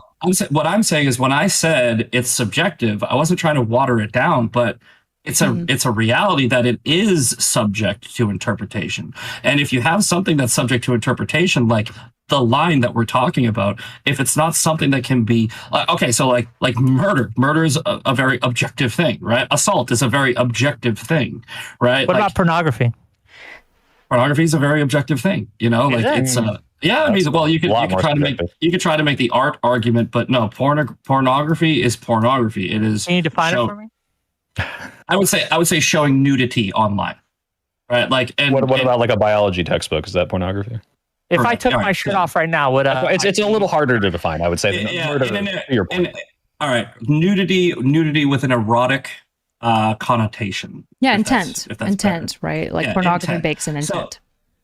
And yeah, I guess you could say that pornography is subjective. I will concede that argument. What I'm saying is, with the line of stochastic terrorism that we're trying to find, right? You can't find it because it's going to what you just said. Nick Fuentes, who deserves to be punched in the face. I don't think he should be punched in the face. He just deserves it.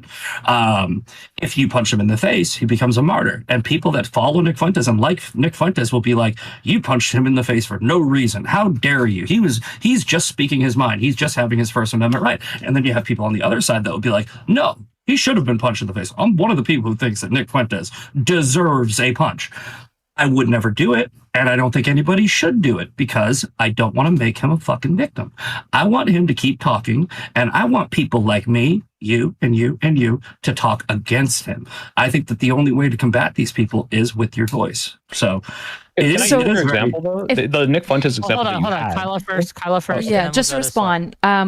So when we're talking about subjective, we are able to make determinations of subjective things all the time. Like a large portion of civil court is fundamentally subjective based on the judge and the jury with some level of like precedent and standards that we've erected over time. So just because something is subjective, it doesn't mean we can arrive at it. And I'm not saying to this panel, let's solve stochastic terrorism. But for example, one thing that I think is really important to do for yourself and for your audience is go, what is stochastic terrorism to us? Like, what does it actually look like? Does it matter that much? And the issue is that when we say subjective, then we also like create this excuse where we don't really have to wrestle with it. And I think the issue is that when it comes to things like violence, which is increasingly becoming an issue in society, we don't think about violence enough, and we need to.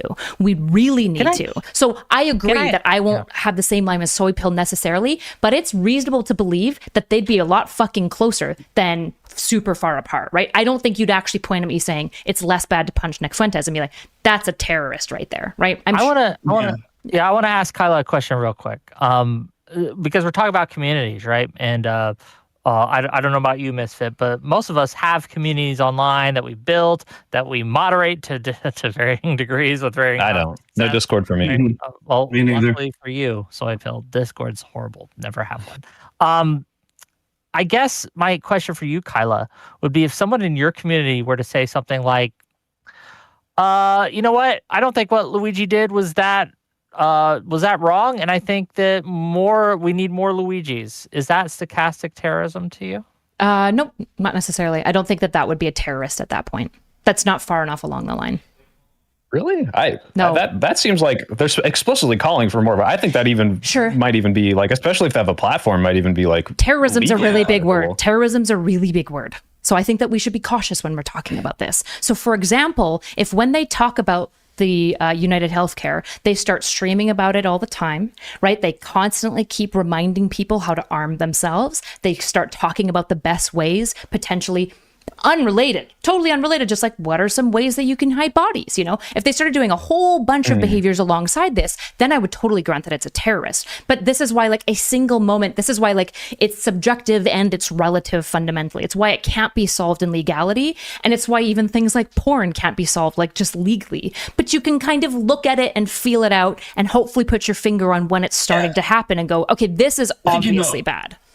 I think porn when that's what this is perfect, because I'm gonna agree with Kyla here, right? You ask what porn is, porn when you see it, right? If you see a National Geographic article from like some tribe in Africa where the women aren't wearing shirts, you instinctively just know that that's not pornography, right? So if you are scrolling online and you see an OnlyFans page and a girl is like, biting her finger and doing the fucking pose, you're like, that's porn, right? And that's the problem. Misfit is, I mean, and this is going to be a really dumb example, but like, I only know this because I've been on the internet so long. If you scroll and you find a picture of a very inflated Sonic the Hedgehog, you might be, that's a weird drawing. And yet that is 100% porn from DeviantArt that people jerk off to because they have an inflation fetish. But to call it porn explicitly relies a certain context and knowledge in the back that I don't think everyone has. And you gave two very explicitly obvious examples where I think there's a whole spectrum in between. Yeah, there could be a spectrum based off of fetishes, but I think that what we can do is use common sense to define traditional pornography and not get into that area of somebody could look at this erotically, right? Or just use the common sense examples of literally just a human being like naked ish or doing suggestive things, because like you scroll on Instagram, my Instagram feed is like I literally have to block these porn accounts all the time because Instagram has literally turned into an OnlyFans ad, right? Porn is anything it's algorithmic, it's based on your searches, right? It's really not to me. Well, maybe it is, I don't know, but maybe it's because I'm blocking them, I don't know, but yeah, what I'm saying is to go down the yes, it's subjective, but like what Kayla was saying, she's right, where it's like we can obviously define it based off of what we know, which I think is good. I don't disagree with this at all. The problem I have, or not even a problem, but it's just one of those like, what do we actually do about this? Obviously, right, Kyla, I'm not asking you to solve, here's the cloud of stochastic terrorism today, and we can put everything in. The problem is, I know we can go through a list of 10 examples, and for each of these, all four of us are going to have a slightly different opinion on whether or not we think that crosses the line. I think we can agree, already we have, that we need to call out people on our side when it's happening, and we can look at stuff like Hasan and Noah Sampson and be like, okay, this is really bad, this is a pattern of behavior. But even the example that you gave, Kyla, which was someone talking about hiding bodies, someone talking to ARM, someone streaming about the United Healthcare CEOs, like that's a very explicit, like, okay, very obviously, yeah, you and I would probably agree on that, definitely 100%. But I think there's so many more vague examples of this where even just Hasan posting that makeshift gun thing and reply to that sender, I think that's stochastic terrorism. I think that is absolutely saying, hey, I'm referencing a time when a person went out and killed a politician, and I'm saying this should happen again. I think that is an incitement to any and all of his viewers. And that's just one thing. That's not a pattern. So it is in the context of his pattern. I think, yeah, if a private institution has if a private institution has a, some nebulous cloud of like, we reasonably have a board of people that looks at this and says this is stochastic terrorism, yeah, 100%. I think that one was way over the line of what I would consider stochastic terrorism, because it's not an explicit call to violence. It's just a picture. There's plausible deniability, and yet everyone knows what it is. And the perfect example of this, which is going everywhere, is the meme right now of someone should do it, right? That means nothing, right? That means absolutely nothing, but everyone knows what that means. It's calling for the assassination of a politician. So if Hasan retweeted someone should do it, that's one thing. Sure, it's in the context. If it was out of context, if he had never, if someone like Kyla, I don't think Kyla probably has done anything stochastic to my knowledge. If she retweeted that today, I would say that's stochastic terrorism. And so like the problem is none of us are going to agree 100% what it is. We do have to look at all of these on a individual basis. That I guess that's my kind of take on it. There's never going to be 100% thing, but if private institutions can come together and kind of have a reasonable definition of this, I think that, yeah, if there's like I don't know if we need like the council of Twitch streamers to come in every time something like this happens, but I do think we should be doing that. To all of your points, we need to do that. The issue with it, and this is an issue with I have even on a social level, and even as like a platform such as Twitch or Twitter or whatever, right? Doing these things is that I wonder what the cost is versus the benefit to doing it. So the benefit to doing it would be to tamp down the rhetorical temperature, if you will. But the cost to it, I think, is characterized most clearly by the recent response to the 8647 stuff. You guys saw that? The 8647 people who had been using 8645, 8646 for years, all of a sudden, 8647 was definitely a call to violence. And there was no mistaking it. There was no... Just let me finish real quick, right? Just let me finish real quick, and then I'll let you respond. There was no... nothing, it could be nothing else, and it was used as a weapon against people's political enemies, which will absolutely happen and has happened on platforms where people will try to weaponize the rules to attack the people that they're going after.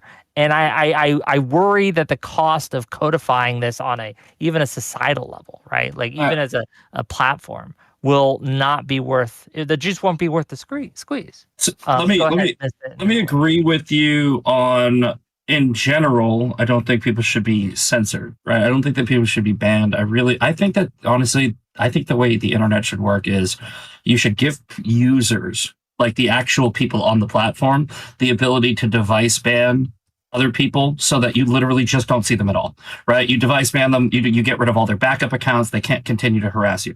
However, in your specific example of James Comey doing the 8647 thing, originally, right when I first heard it, I was like, that's not a call to violence because I worked in the restaurant industry. 86 just means get rid of something. Okay. However, it was pointed out to me that James Comey was a fucking FBI director. So he worked for the government. 86 in that sense, he more than reasonably would know that it does mean kill in criminal terminology. And I don't think that, there should be any criminal charges, but I do think the response to it was correct, where we should condemn that. We should start saying, hey, dude, maybe for at least for like, and especially Trump. I know some people here don't like him, especially Trump. The motherfucker got shot at. He literally got shot at. They tried to assassinate him twice. The guy has had call for violence after call for violence. I think that there should be some level of social outrage against James Comey being like 8647, even if he tries to backpedal and say, I didn't know it meant violence, right? I think that we should go, bullshit, dude. You worked for the federal government as a law enforcement officer. That is well known to be the code for kill. So that's all I'm saying. Okay, question. Is it stochastic terrorism? Is it stochastic terrorism if you advocate for the killing of like what you view as like a military opponent in like potentially like a political struggle? Well, let's define terrorism, right? Terrorism is the unlawful use of violence or intimidation, especially against civilians, to achieve political, ideological, religious, or social objectives. Yeah, so say it's not against civilians. You're like, I don't want to kill Republicans. I want to kill only Trump. Say that's your position. Is it terrorism, right? Because I think this is part of the interesting conversation, because when you look, like, everyone is fine with some levels of violence, even political violence, because most people support the Civil War, right? Most people support the Revolutionary War. And so I'm sure right before those wars broke out, there were a lot of people inciting a lot of violence against people who were not at that time explicit military targets, but would later become them, right? And so I think this is this really interesting conversation where essentially we are obviously okay with talking about violence and doing violence to others to some degree. This is obviously true. And what we have to do is get mature enough to figure out when those lines are being crossed, right? Is it reasonable to joke about killing the president if you think he's literally destroying the country and tearing down the Constitution or something like that? And I think we have to have that conversation, because in that way, potentially, then he's kind of like a military target. So is it targeting civilians or is it targeting the leader of what you think is bad? Is it bad for pro-Palestine people to say that maybe Netanyahu should die? I'm not sure. Yeah. That's the question we have to answer. I don't think that criminally it's illegal. Not criminally, that it should morally. I think that it should be. I think that it should be frowned upon. And I think that it should be called out. I don't think that. Look, I mean, I think that I hope, at least, I really fucking hope, that everybody on this panel agrees that Hamas is a terrorist organization that did an evil and awful thing on October 7th. Can we all agree on that? Yeah. Everyone? Great. Thank God. All right. So when I say I hope every member of Hamas is killed, right, I'm only talking about terrorists. I'm not saying every Palestinian should be killed. I'm saying I really hope that every member of Hamas You gets did killed. mention. Wait, yeah. Hold on. Gaza. I'm going. Hold on. I was about to give you this layup. But when I say, even if that means Palestinian civilians dying, then people go pearl clutching, not realizing that what I'm actually advocating for is less people overall in the long run dying, right? Because I am of the firm belief that leaving Hamas in power, leaving them to regroup, reassess, and just continue their terrorism down the road, I think in the long run it will lead to more people being killed. Yeah, the problem I have with that take and Kyla's take as well, right, is that you have to compare it to what we are at now. So I'm going to deal with Kyla's take first, right? So when people call for what your point about Trump being possibly a potential military target in the future, or people can see that as a military target, right? If we get to the point where the United States is in another, frankly, civil war, I think that where we are at today does not justify morally someone calling for a civil war, because a civil war will, in all cases, be far, far worse, far, far bloodier, far, far more violent, do far, far more harm than whatever Trump can do, whatever Trump is doing right now. Even though I specifically call out and oppose what Trump is doing, a civil war would be worse than that. Just as to Misfit's point about how saying, well, at all costs, at any means necessary. I don't agree. I think that we can review a large numbers of things that would be worse than Hamas remaining existing, right? Nuking Gaza would be worse for a host of reasons. I think it would lead to cascading effects.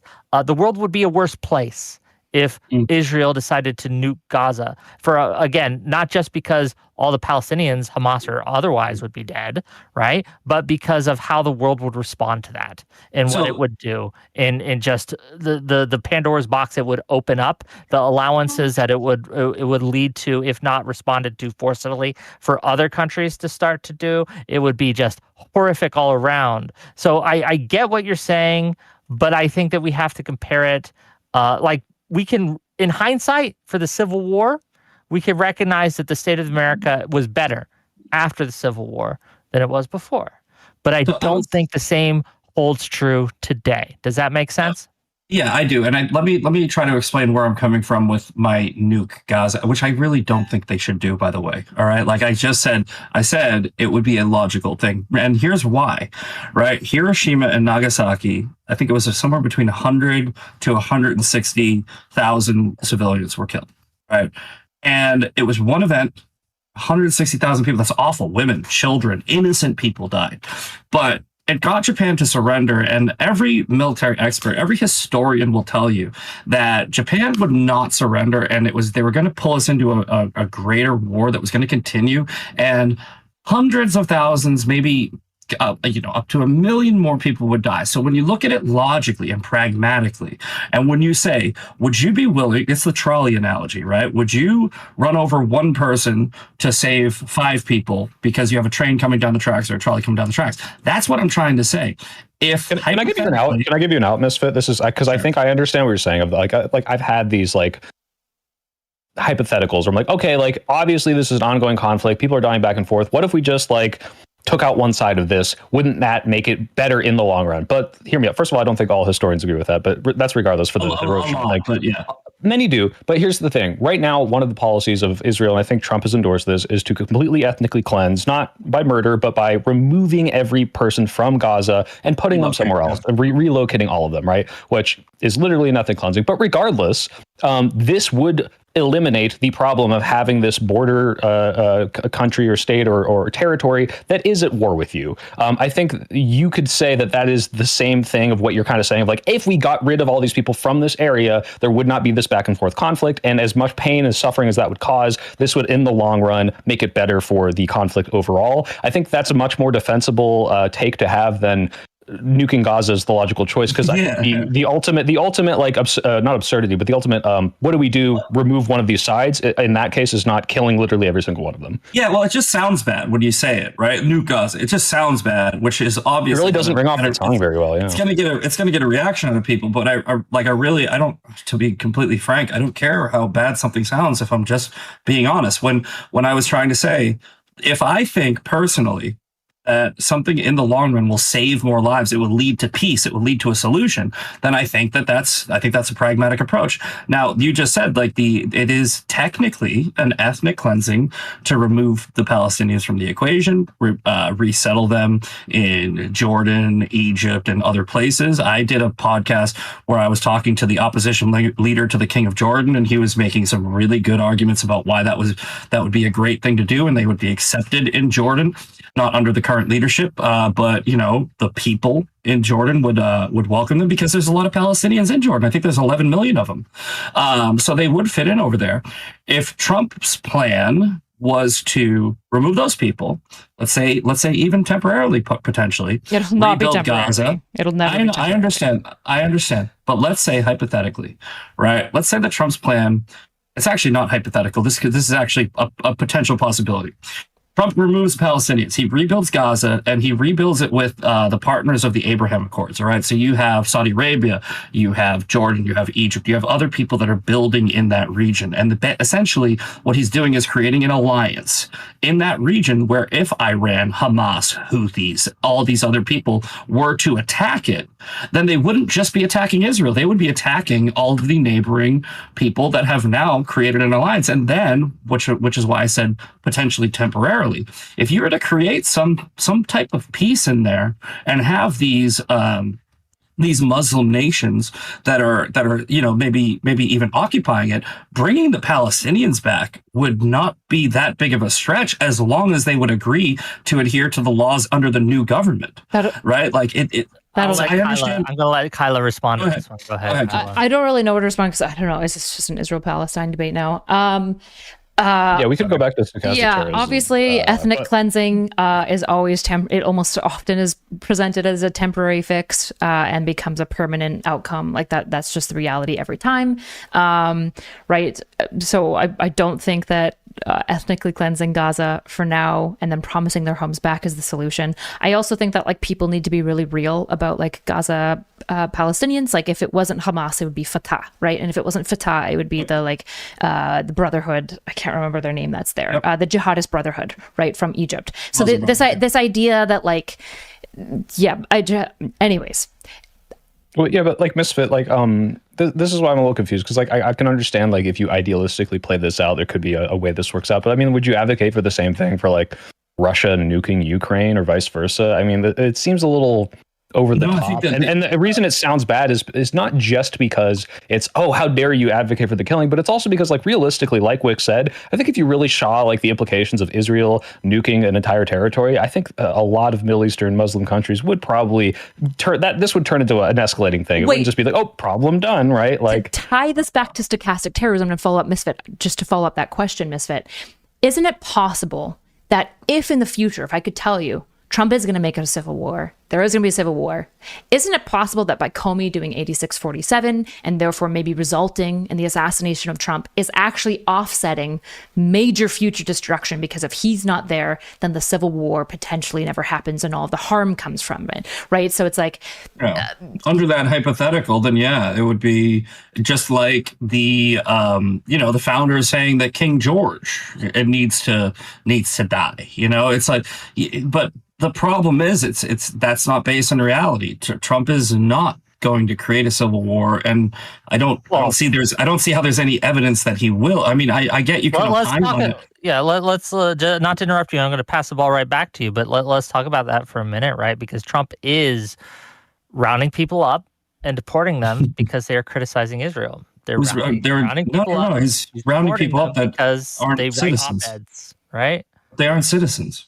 Like that, we did this in our last debate, right? Where we agreed that I think that we agreed that the person you're referring to, the one that wrote the article, went through the entire due process and was found not to be. She was she might still have trials coming up. I haven't. Yeah, but isn't that the system working as intended? I understand that you might not like the fact that she wrote something that was disagreeable and that maybe originally looked like it may have been in support of a terrorist organization, and maybe people went too far in arresting her. The system worked. I have to ask you a question, Misfit, because this seems completely at odds with your previous position, which is we should never deplatform anyone, and we have to have all these opinions out, and Kanye should be able to print all his Nazi shirts. But now you're defending the idea that if someone says something that might be slightly interpreted as terrorism, the government should be able to lock them up and throw them through this arduous legal process. I think that they should definitely be able to investigate. 100%. I mean, that's common sense. But that's not what happened. It's not just an investigation. It's I'm arresting them and putting them in prison until we go through this process and make them go through all the intimidating them and potentially locking them up even longer. Like that's much worse than deplatforming. I agreed that they shouldn't have done it, right? Like if that woman did nothing wrong and the process played out that she actually didn't, then they obviously shouldn't have arrested her. However, people make mistakes, and this justice system is not perfect. So what I'm saying is, if you hyperfixate on this mistake that was made in the justice system where they did do this, then you can use that to. I think the word mistake. I want to toss it to Kyla. She's got her hand up and she's being just to tie back, because you said that she isn't a citizen, right? It's really important that we make it clear non-citizens have tons of rights in America, right? Like not being a citizen. They have Fifth Amendment rights, but they also have the due process right. Yeah, which she went through due process. Right, but you also have free speech rights as a non-citizen. Yeah, and she, like I said, they, for some reason, and I'm not saying, I mean, I don't think anybody on this panel knows the motivation. You can guess, you can assume, but you do not know the motivation. She was, I guess, arrested for something that she wrote, which I think is wrong. I don't think that she should have been. She was arrested for something that she wrote. Hold on. And why do you think it's a mistake too? Yeah, like. Well, because she was. You said very sure it was a mistake, whereas we're saying this is in line with the context of Trump's rhetoric of intimidating people that are speaking up against. But you're taking one example of the justice system. All right, so look, I said this in the last debate. I have been arrested before. I was arrested. I was locked up. I was thrown in a cell. I went through a trial, and at the end of the trial, the jury said not guilty. Right, okay. And that happens all the time. Right? What was it for, though? Like, what did you do? Like, was it just something you said? I refused a breathalyzer. It was a DUI. I refused a breathalyzer. I wasn't drunk. But that's a lot different, right? Like, this isn't someone said something that the president doesn't like, and then they're It's actually the same exact thing, right? Because if you think about it, right, what happens is you have a suspicion of a crime, right? The suspicion of the crime in my case was I refused a breathalyzer because I drank 2 beers. I knew I wasn't drunk. I knew I was not out like operating under the influence, but I didn't want the breathalyzer to show any alcohol. So I said no. And what they do is now they go, okay, we automatically assume you are too intoxicated to operate a motor vehicle, and we are going to take you into jail. You can go to trial and you can argue it. When I went to trial, I had the literal bartender at the bar get on the stand and say he really did only have 2 beers. He was not drunk, right? But were you locked up for the duration of this until your trial? Well, no, but you know what? It is different in that regard. But what I'm trying to say is what the system did to her happens all the time.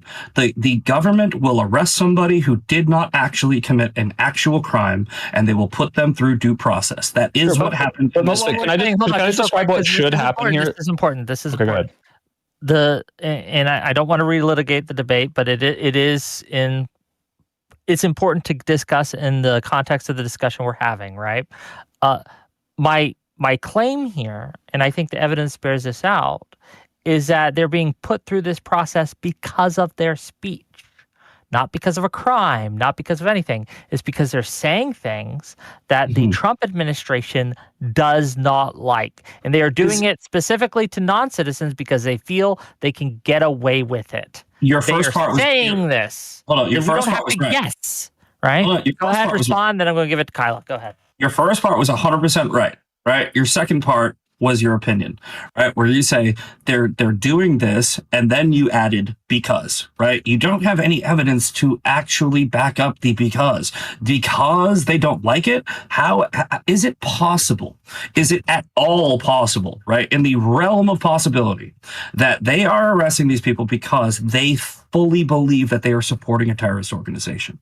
Like, because that's what the argument is going to be made by on my side. You're allowed to support. You're allowed to voice support for a terrorist organization. You're allowed to. We literally just saw 2 Jews get shot dead at a fucking Jewish event because of all of the rhetoric. So yes, they are taking it a little bit like, seriously when people start openly supporting terrorists, and they will give Aren't you making the same assumptions though? I can say, how do you know that's why he did it? He has a manifesto, and he's not saying Hasan told me to do this. He's not saying this is because of this. He says specifically, and you don't have to believe this, by the way, but he's saying this is because of what Israel is doing, right? So like, if that's right, so like you can't say, oh, he did this because of that.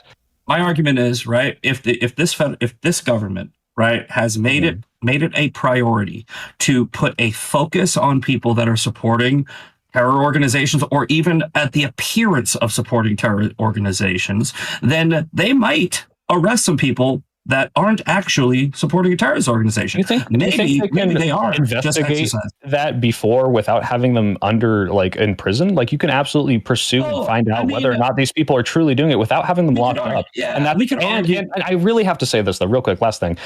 Donald Trump and the administration is saying, hey, we're coming after you because of what you're doing, because of the things you're saying. This is not like I'm kind of guessing. Like, if it was that vague, I'd probably be on your side of, well, we're not 100% sure why this is happening, but they're being pretty explicit in the intimidation tactics, whether it's with the ICE stuff or with the Palestine stuff. They're very, very explicit with this. I don't think this is like I don't get why they're doing this. It's pretty, unless they're lying about it. Also, if Trump cared about any of this, why did he excuse multiple January 6 rioters that were charged with explicit crimes against things like cops? This isn't a whataboutism, because you're stating that Trump, for example, believes in some certain thing, that he's concerned about supporting terrorism, and that might be the reason why he breaches on the First Amendment here. However, he explicitly sidestepped the judicial court's findings to pardon and excuse people found criminally responsible for attacking police, right? So the issue is, how do you square this circle? Because I don't really understand it. Sure. It's a false equivalency. You're trying to make the equivalency of the people who protested and were mixed in with some bad actors that were vandalizing, assaulting, rioting on January 6th. I've always said, I've been very clear about this. The people on January 6th that got violent are scumbags who deserve to be locked up. The problem is their due process was actually violated. And when Trump had to pardon everybody, there was so many people. Enrique Tarrio wasn't even there. He literally was not there. He got a 22-year sentence for incitement of violence when he wasn't even at January 6th. He planned it out, and he said, make no mistake, we did this, and had like instructions on how to overthrow the government. But that's his freedom of speech, just like no, it's not. He was planning treason. That's actually very specifically legally, like, you can't do that. Speech to say that she supports Palestine. I don't understand how this is his freedom of speech, but it's not hers. No. Like I said, if she just supports Palestine, which I think that the evidence showed she did, then we're all in agreement. But like I said, I think that this administration should be maybe being a little bit more threatening to people that are going to support Hamas, right? If you're going to support Hamas, now the de facto government of Gaza is Hamas, right? That is a fact. They are the government of Gaza, right? So when sort you say, of, but they're not a state, so no, they're also kind of not. Exactly. Just to be clear, they were voted in. Yeah, but they're not a Can I read you state. something about Tario Misfit real quick? Can I read you like the trial facts? I'm not even a big fan of Ricky. No, don't backpedal, because I think you said he shouldn't have been locked up for 22 years. Well, this is one of the most explicit, like, incited, committed treason against the government. Like, this is like very explicit, and he was convicted by a jury, right? Like, this is. Let me just read this to you and tell me when to stop if you think this is ridiculous. Yes. Okay, Tario had convened a Ministry of Self-Defense to coordinate Proud Boys' leadership on January 6th. The chats showed that Tario, stationed in Baltimore hotel room, not NDCs in Baltimore, encouraged the Proud Boys as they attacked the Capitol. On January 6th, he told his followers on social media, do what must be done. And later, in an encrypted group chat, he directed other Proud Boys to do it again. In another message, he wrote, make no mistake, we did this. Prosecutors also included evidence that Tario had discussed with associates a plan to have a large crowd in Washington storm government buildings, a scheme that the Proud Boys dubbed 1776 returns, in which the Winter Palace was used as an apparent code for the U.S. Capitol. And this goes on, but this is like very explicit incitement, not just incitement, like I am planning out to overthrow the U.S. government. Like this is not a oopsie doopsie, we locked you up for 22 years. This is like one of the most open and shut cases. It's the same exact argument that not you, sorry, didn't want to lump you in, that my side, sure. Your side would make against the fucking BLM riots. No, the BLM riots, right? Like, so when you have the BLM riots in 2020, where can we keep it focused on, I know you don't like whataboutism, can we keep it focused on like Ozturk or these people that are being locked up for the Palestinian stuff? Because if they were planning to the same degree as Enrico was, I would agree with you. If they were saying, let's overthrow the U.S. government to stop the Israel-Gaza thing, that's open and shut, but that's not what's happening. My argument is Enrique Tario did not get a fair trial. He got a ridiculous sentence. Did he do something wrong? Probably. I'm not a big fan of Enrique Tario. He probably shouldn't have said some of the things he said, but 22 years for plotting to overthrow the government with explicit plans and coordination and saying, yes, we absolutely everything that you just said that he said was pretty vague. I mean, and you could call it stochastic terrorism. He had plans to storm the Capitol government buildings. Like, let's go in here with guns and the Proud Boys and overthrow the government. Not. I'd have to see. That's why I wanted to read it to you, because if you don't know this, I understand. But you should read the trial. You didn't read me anything specifically where he said guns and he said violence and he said kill or anything like that. Go ahead and look it up then. I promise you. I will. And if that's the case, right? I'm not even going to concede that it was. Can I just ask you, just to understand I would say he should probably be charged with something. Gotcha. I think 22 years is probably crazy. Okay, so if he was writing in such a way that you think is like incitement to some degree, you would want him charged in the same way that if this girl had written something inciting, she should be charged. But you agree that she did not, and this was a major blunder of the courts in this case. Correct. And no, I think that what happened was she went through due process. The due process worked out, and I think that everything. Do you think that her free speech? I'm asking you if you think that her free speech supporting Hamas should be protected to the extent that you think people who maybe want to overthrow the 2020 elections speech should be protected. If she supported, she did not support Hamas. She did not. I'm asking a hypothetical new person. Yeah. Okay, sure. If a person supports a foreign domestic terrorist organization and supports them to the point where they are trying to, I would say, maybe get people to join into that cause, I do not think that's free speech. Like fly over. I think that's. Like if you say, I love Hamas. Hamas is great. I want Hamas to kill all the Jews. I don't think that's free speech, right? But only because it's a foreign terrorist organization that chants death to America. We should have a limit on the type of rhetoric that people in this country who enjoy our freedoms should be able to espouse. Not a restriction on their First Amendment right, but when you take it to a point where, like you said, I would say that's stochastic terrorism, and it's a stochastic terrorism in a form of support for a actual actual terrorist organization. So I think that should be the line. I think we were talking earlier about where's the clear line. I think the clear line should be like, if you say something like, I love Al Qaeda, right? I guess you're free to say that. If you say I want Al Qaeda to return, I think we should all join Al Qaeda. If I think that Al Qaeda should come to the West, I think you know what I'm saying. Like, I think that there should be a common sense factor in that. So if this girl just wrote an article supporting Palestine, obviously she shouldn't have been restricted from doing that. But I think that... Misfit, what do you think then with the people coming out post this Elias thing happening and saying, because he did chant Free Palestine when he was locked up, saying Free Palestine, this is not from the river to the sea, just saying Free Palestine is now this call to terrorism. This is anti-Semitic. Or Kyla, I guess you have a thought on this? No, I was just fighting with my camera. Okay. Yeah, I'm trying to figure out your line. I'm trying to figure out your line and making sure that they're consistent between the J6ers. My line is the same. My line is the same, where it is a little bit subjective, right? With the J6ers, I think that out of the 1,100 cases, I don't think that a majority of them, there were jurors that were coming in and saying that they predetermined the guilt of some of these people before they even walked into the building. DC has a 95% Joe Biden voter demographic, right? I don't think that these people could get a fair trial in DC. And I think that a lot of these people were tried in DC. There was a lot of circumventing of the processes. These people, I know a girl, Isabella DeLuca, who was tried and who was subpoenaed by the FBI, and she caught charges because she touched a table. Right, that table was later used by somebody else, and they threw it at a cop. Not to interrupt. I just want to be clear that, obviously, you and I are going to agree that there's probably a lot of the J6ers that were prosecuted and looked into that were probably unfair. Right, it was a very complicated, large-scale thing. Jake Lang that should still be in jail. That's fine. I'm asking for your line of credulity. I'm just trying to figure out what your line is and whether that varies, whether it's a J6er or a pro-Palestine person. Well, no. I'm not sure that it is, because one of the distinctions that it seems like you're making is that if they're talking in speech in support of a foreign terrorist group, then we can be more critical of their language than if they're maybe talking in speech of overthrowing their own government, such as the J6ers.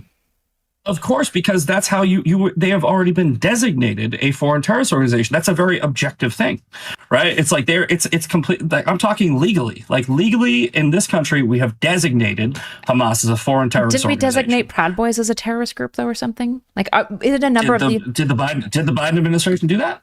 I think I'm actually not sure whether they were actually officially. Well, these were the people that Enrico Tarrio were. You can. Hold on. I don't know if the Proud Boys were. The Luca person you mentioned, yes, she did touch a table, but she helped steal it, and it was then used to attack people, which is a little vague, you know. She essentially. I mean, listen. This is her side of the story. She said that she was with people who stole the table. Okay, she was with people who stole the table. Then she was filmed or took a picture where she was touching the table. That table was then thrown at a cop or something like that. But she was charged with assault. And it's okay, that's a little much, right? And she can go through her whole due process. But here's the deal. Because of all of that ridiculousness and because of some of the things that happened, and there were definitely shady things that happened, Trump had to pardon everybody, right? Because he basically had. He definitely didn't have to. Well, in my opinion, he kind of did. But the issue is he literally. Let me give you credence, Misfit. I know you just said, and I believe you truly believe this, and I think this is a good thing. You can look at these cases and say, this person definitely does not deserve to go to jail, but this person who beat up a cop probably does. You have that discretion. You have that discretion. Why can't Trump have that discretion? No, 100%. And Jake Lang should still be in jail. Jake Lang is on film trying to swing a baseball bat at a fucking police officer. Right. So why couldn't Trump do that? What you're doing right now, which is a perfectly reasonable case by case. This person was too violent. This person wasn't. Because of the situation where it's 1,100 cases, going through them one by one, reading all of them, making that determination. I think it was. He has people. He has do that, and they can say, look, President Trump, these people were the most violent. I don't think you should pardon them, and these people were, and they can collectivize this because they were able to. I'll say this. I'll say this. I'll let you respond in a second, but I'll say this. I'll make this claim. If Trump can't do that, he should not be in the position of power that he holds. No, I think I could do that. No, I think that mass pardons work this way. I could put those in my I could put those in my Discord right now. I could put all 11 cases, and by the end of the week, I could have a full list of people who were violent and who were not. And if Trump cannot do that, didn't Jimmy Carter do the same thing with the Vietnam vets? Maybe, but this is what I think the issue is, first of all, whataboutism. Second of all, I think if it's the case that Jimmy Carter did this, I'm sure that Soypill and Wick would be similarly critical if you just carte blanche, like excused people when it's like, okay, well, some of these veterans were like raping children and other veterans were like doing war. I wasn't using whataboutism as an argument. I'm using it to just give a reference that in the past, presidents have mass pardoned groups because the overall like going through case by case by case by case is too difficult. So I think that Trump made that decision. Now, could he hypothetically have gone through each and every individual case? Yes, he could have.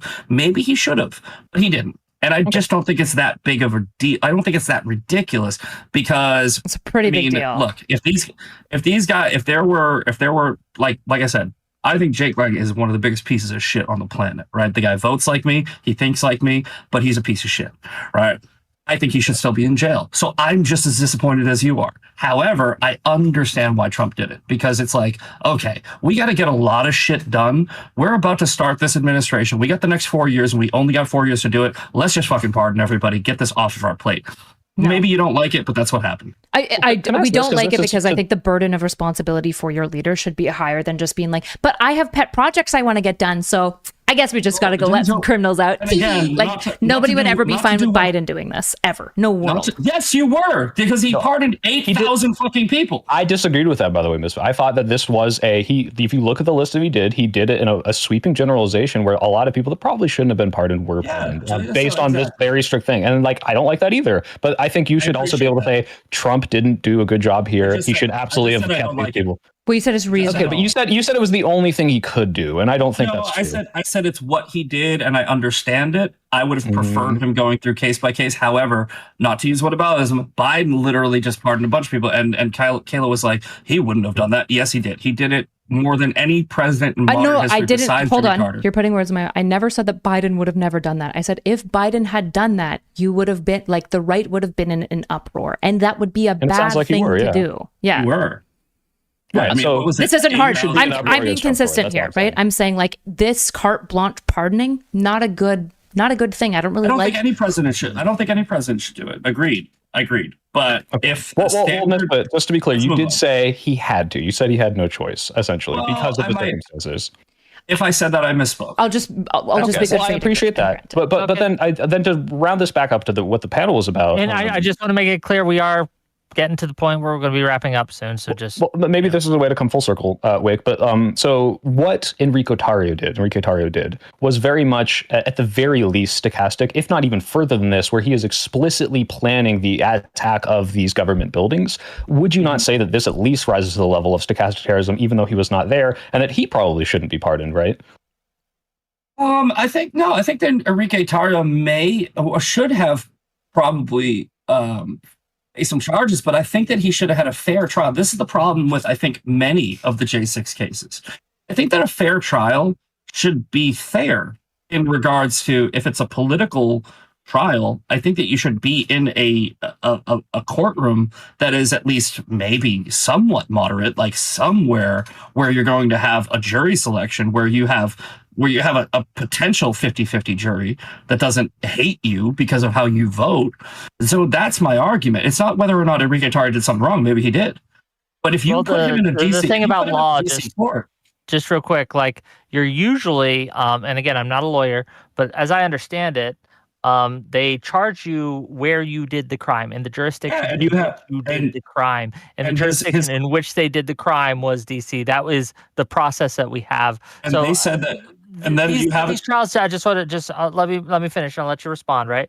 The idea that these trials weren't fair. Right. Both their defense got to help pick the jury. Yeah, right? but jury selection is go through both. But change of venues exist for this exact reason, and they were all denied. right? A change of venues exists because of this exact reason, and every single one of them was denied. And that's not right, right? You have to take into account these people are in DC, 95% Biden. They are clearly Trump supporters, and they're going to be in front of a jury that statistically is going to be 95% Biden. So Okay, if I I think as that a a change of Biden venue, supporter committed a crime in a 95% red they should be able to county, move. I should be able to be moved simply because I'm a 100%. Biden supporter.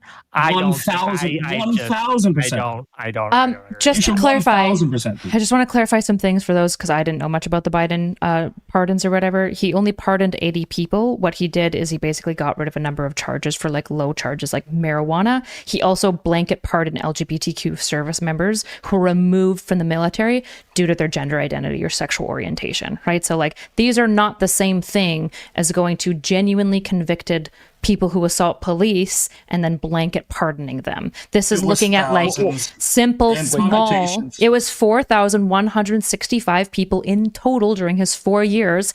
And it was specifically small marijuana possession under federal law. Yeah. And that was 6,577.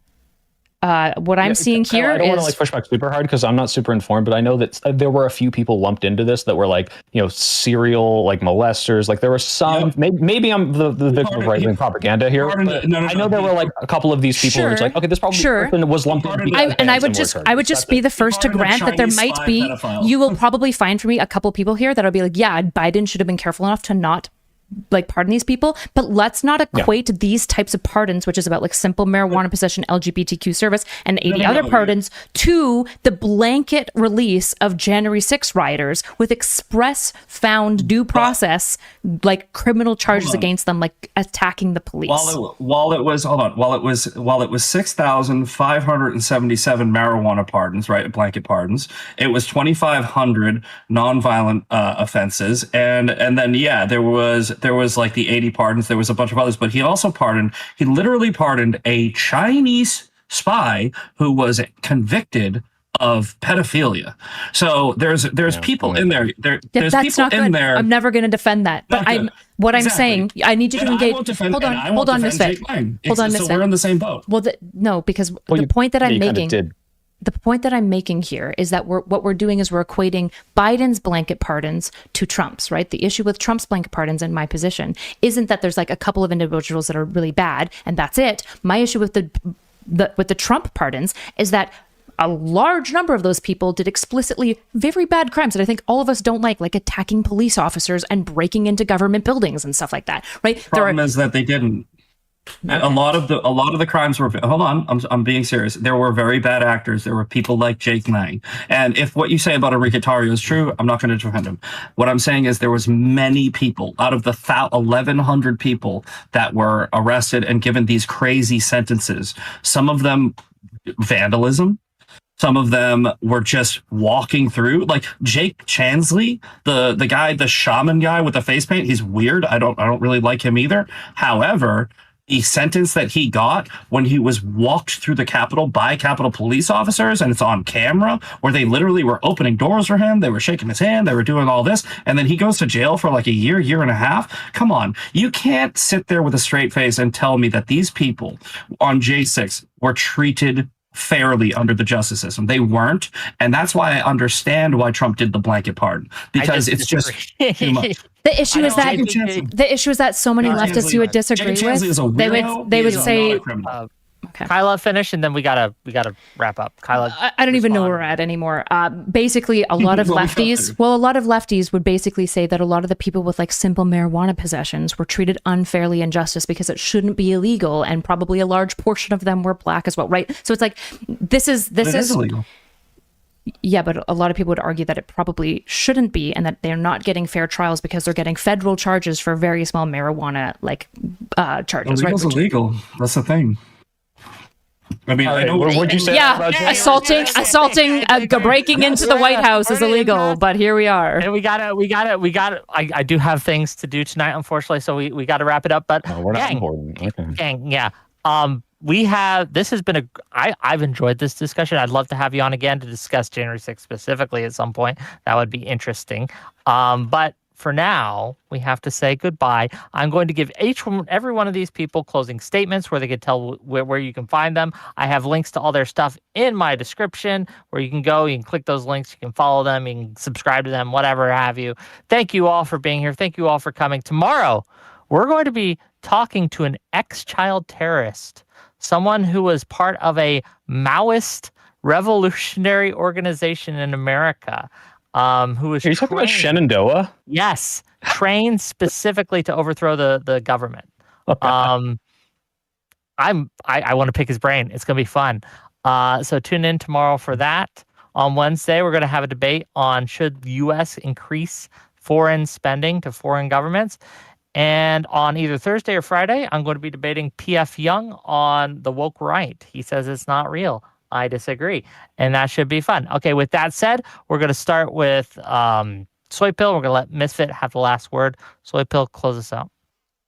Yeah, so just on the topic of stochastic terrorism, I fully agree, I think, with most of the panel here, which is like there's a very hard way to show that this is illegal. We have a way to show that you are inciting violence, and if you're treading up into that line, I don't think we should be starting to like push the government's ability to determine what is it's not legal to say. I'm really scared of what they're doing with that 86 thing. I'm scared of what they're doing with saying like, hey, Free Palestine is now an anti-Semitic, like genocidal chant. I don't think the people should be prosecuted or anything like that for those statements. But I do agree with Kyla, and I guess Misfit agreed with this to a degree, which is we should be policing our own side. When we see stuff like what I think Hasan is doing, or what Noah Sampson is doing, and these, I don't own these people, but I'm on the left, all right? And so they're on the same side. We disagree on a lot of stuff, but we also agree on a lot of stuff, and it's incumbent upon the people who are more likely to listen to you to call out the behavior that you think is actually going to make the world a worse place. So I think we should call it stochastic terrorism, and I unfortunately think it is just going to be a case-on-case basis. It's there's lines that we say like, yeah, this seems like it's treading over, and I can use an example to paint that vague kind of bubble, but it's going to be different every time. I'm someone who has very often repeated the Norm Macdonald,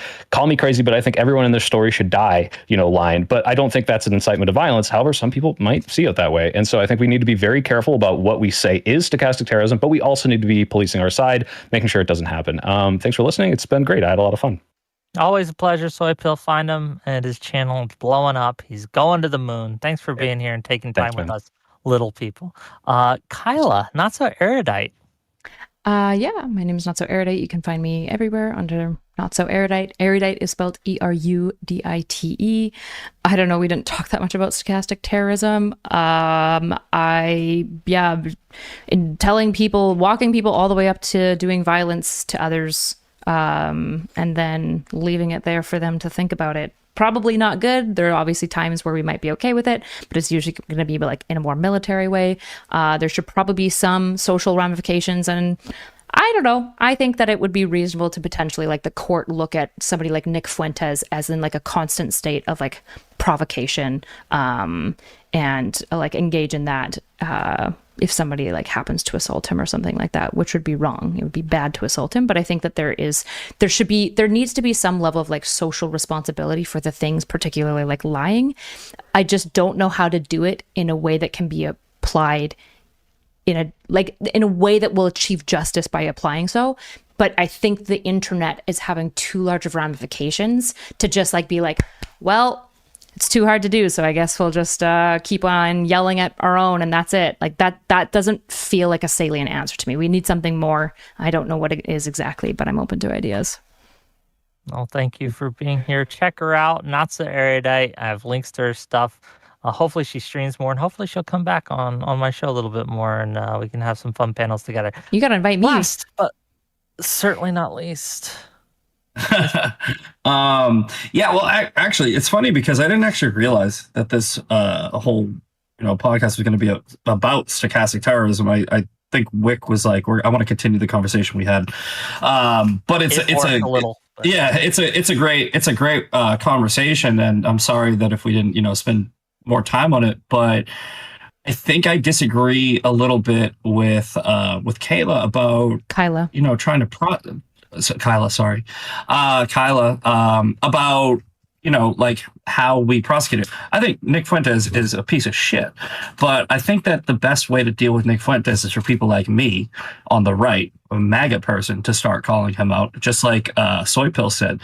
I think that the best way to combat this problem with stochastic terrorism is housekeeping, general hygiene. If you don't call out your own side, if you are constantly just either being in denial or ignoring the bad actors on your own side, and this does happen on the left and the right.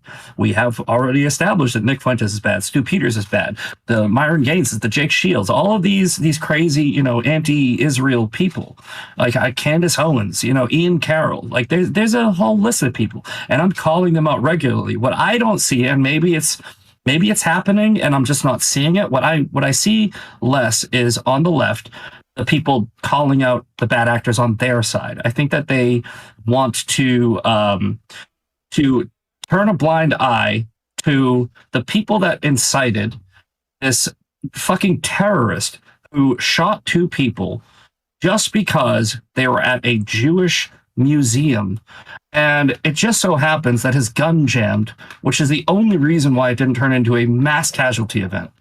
And I think that if we at least agree, which we have, which I'm so thankful for. Actually, I really want to say I appreciate this conversation because we were able to at least agree that that's a good thing, to call out the bad behavior. And that's how I see solving this issue. I don't see making laws about speech as ever a solution. You have Weimar Germany, you have plenty of historical evidence that anytime speech is regulated, it just leads to back alley, underground, resistance.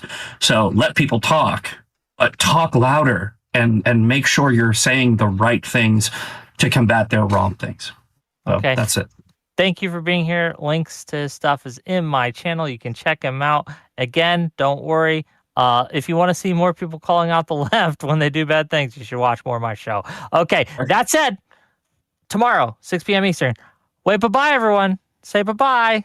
Bye. Okay. There we go. Hey, what's up? That was a fun conversation. I think you and I could have had a much more interesting one, and I hope we can now, because Misfit's like so off the deep end in some of these things that yeah. It's tough because I think, I don't know. He's just odd. I can't tell if he's just got like really, really inconsistent beliefs about things, or if he just like can't communicate very well. I don't know. Yeah. It's hard to know. Yeah. Okay. Let's talk about actual things that we should care about. Cause I basically don't think like this idea of like calling the people out on our own side will do it. It's like, I don't know. Like that's what I saw like most liberals doing to leftists for like 4 years. And that was completely ineffectual. So the idea that like, right. And same with what he said, right? Like he was like, well, I'm calling out Nick Fuentes. I was like, okay, great. Like he's getting super popular. This doesn't seem to be fixing it. So I agree. There should be something more egregious, but like what, right? Because we both don't think it should be legal, but like more strict private platform like deregulation or deplatforming rules like it just doesn't seem to have worked either, right? Like I feel like what happened from like 2016 to 2020 is the left just like deplatformed every voice that we didn't really like, and then we're like, look guys, we did it, we won. And then like Elon Musk bought Twitter and we were like, oh fuck. Like they all right, he re-platformed them, right? It had to, like, I think if he hadn't bought Twitter and he hadn't brought Nick and Alex Jones and these people back in the limelight, I think like these people kind of do go away for the most part. It's not gone, and it doesn't like complete, but it absolutely shrinks their size. I think it works to an extent. It works to an extent. The problem is that they go underground and then they echo chamber each other, and then they come out and they're way more extreme than they ever were. Like I don't think the Wilson crew would really be able to exist if we hadn't like made these people go underground and then they like pop up with like their like Eastern Orthodoxy, like I don't even know what labels they like all apply. There's a really interesting study that looks at Reddit to Gab transfer when they started banning incels, right? I'm sure you're familiar with it, right? 60%. I was on those incel forums. They were fun. So 60% of the Reddit users went from Reddit when banned to Gab because they could. So like, yeah, there was a loss. The problem is that once they were on Gab, the language around it was significantly more extreme and got more extreme over the next like 2 to 3 years. And I think we're kind of paying the ramifications of this. Like, I don't think that in 2016, we would have heard too many conservatives being like pretty openly like weird about black people, like weird about black people, right? Where it's just like, you're kind of like, I feel like we're like 2 steps away from calling for lynchings. Like I feel like we're getting real close. Well, yeah, you're not right. The black fatigue comments on Twitter right now are like pretty fucking scary, unironically. Yeah. Well, here's the thing though. It's like, okay, because right now, then let's just assume that's 100% true. I'm not saying you're lying, but like, let's say like if you do suppress and deplatform, they are inevitably going to come back, and it will inevitably be worse no matter what. So that's not the option. Then what really do you do? Because right now I can call them out as much as I want, but we do have like the Andrew Wilson squad that's going to advocate for these horrible societies. We can't deplatform them because, as you said, that'll make them more radical. If we call them out, they don't give a shit because they have enough of a following that the ideas don't work. And I firmly don't believe that the marketplace of ideas works enough to convince enough people. It's just not good enough. I mean, we have good debaters, and that's great, and you do convert some people, but especially when you have bad people on your side. You know, I think if Hasan goes up against like an Andrew Wilson, he's going to make more people agree with Andrew because Andrew will make him look dumb. And so is there really an option there? Especially because, last thing, I'll let you respond, but I'm reading this book on fascism now, and one of the like fascist like tools is to put all of these ideas into the same marketplace and say all of these are equal, and we have to be able to allow all of them. When like it's ridiculous to say like I would never go to a university and say, hey, you don't have enough flat Earth professors, right? Like because it should be laughed out of the room. Yeah. But unfortunately now we are in a situation where it's like, hey, Wick, bring on the people who think women shouldn't have rights, which is ridiculous. Like these people shouldn't even be taken seriously, and yet they are. And I think that does bolster them. I think not letting them on these panels is better. But what do you think? I'm not compelled that deplatforming worked, right? I think there's personal levels of deplatforming that should be burned. So like Nick Fuentes, I probably would never debate Nick Fuentes, not because I'm opposed to like platforming him ontologically, but I think I don't know a lot about the JQ conspiracy theory. I'm also not going to research it. I'm not super interested in digging a ton into like JQ stuff, but Nick Fuentes pretty knowingly lies a lot. That's been my experience of people who have talked to him. And I think the only people who should even consider talking to him are people who can make him look really silly, but also conversely can look really cool. Because we've like moved... Yes. We've moved out of this era where like the skeptics won against the young earthers by being just logically more sound, right? It seems like aesthetic has become really, really important and really compelling, right? Like how much of Hasan's fans like him because he's hot. Well, yeah, like literally he's hot or they want to be him, right? Probably a large portion, like probably genuinely a large portion. And they like that he makes communism look cool, right? Which is another big defending in my chat. The women question is valid. It's good to platform that. But wait, this is exactly to your point, Kyla, which is, yes, if you can have a person that can go on there and emasculate these people and make their ideas look stupid, then yeah, I would prefer that to deplatforming completely. But what you're seeding in that, what you're burying is by them existing, that means we must, if we don't deplatform, we must have that. If we don't have that answer, now we're ceding all the ground to them, right? If we don't have someone who can make them look stupid, and there have been times where I think these people, go up against, like, let's say you debated Nick Fuentes and you didn't know the JQ stuff, you're right. Like, people, you're smart enough not to, because you're like, I'm not going to research it. A lot of people fucking aren't. The Xander Hall, Lauren Southern debate I heard was like, famously like, oh, this is really bad for the left because you make this right person look really smart. And so what you're doing is you're creating like this need to have the perfect answer to their thing because you're allowing them in these spaces. I would say, if I was Wick, I would say, look, I'm not going to give credence to the fact that your opinion is just as valid as this opinion. It's not. It's fucking ridiculous. I'm not going to have it talked about. Now, if they get as big as Andrew Wilson and now they're on Piers Morgan and they're like, oh shit, like this is a movement, that's when you have to address it. You can't, deplatforming won't work then. But if they're the smaller people, yeah, fuck them. Like, don't give them the time of day. Don't pretend like everyone's opinion is all equal and then we have to give time to all of them. Sure, but by deplatforming all these people and basically making the retarded right people, super dumb idiots, go underground and like galvanize and like seethe and froth at the mouth, right? Now, we have a bunch of Silicon Valley tech bros who we're the ones that deplatform them, first of all, joining them, which is crazy, in part probably because they understand that they're stupid masses that can be moved without a lot of evidence or anything other than just like saying shit, right? But also on top of this, you have a left that is deranged. Okay. I think a lot of bad leftist ideas would have been in part balanced by just like the right being like, hey, like, let's maybe chill out on some of this like really crazy shit.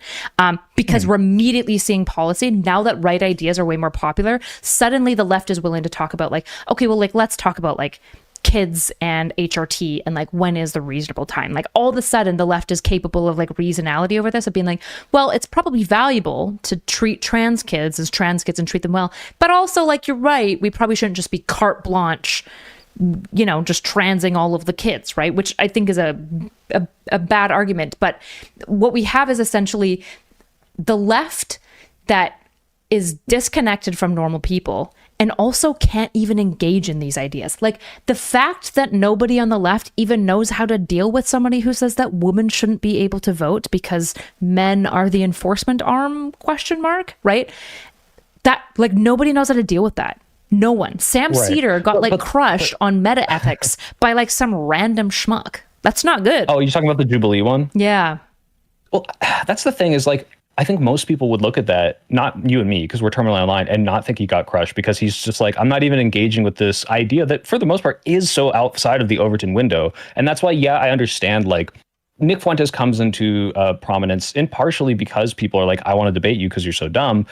But when you like, yeah, then you have to come up with the arguments like, you know, 2000s, 2010s, people didn't have an argument. Why is racism bad? Because you didn't have to argue it. It was just a given in society. Yeah, racism is bad. But now you've got someone who's educated on the history and explaining why being racist has these positive effects. And now we, this is what I'm talking about. We now have the onus to study up and research why is racism bad and now explain it to people again, which is good that we can, but we shouldn't have to. And they're only able to do that when the institutions and the people that have these platforms say, oh yeah, your idea is valid. Let's hear what you have to say about this. And I think there is credence to saying, you know, yeah, keep them underground, you know, like if they don't come back, that's better.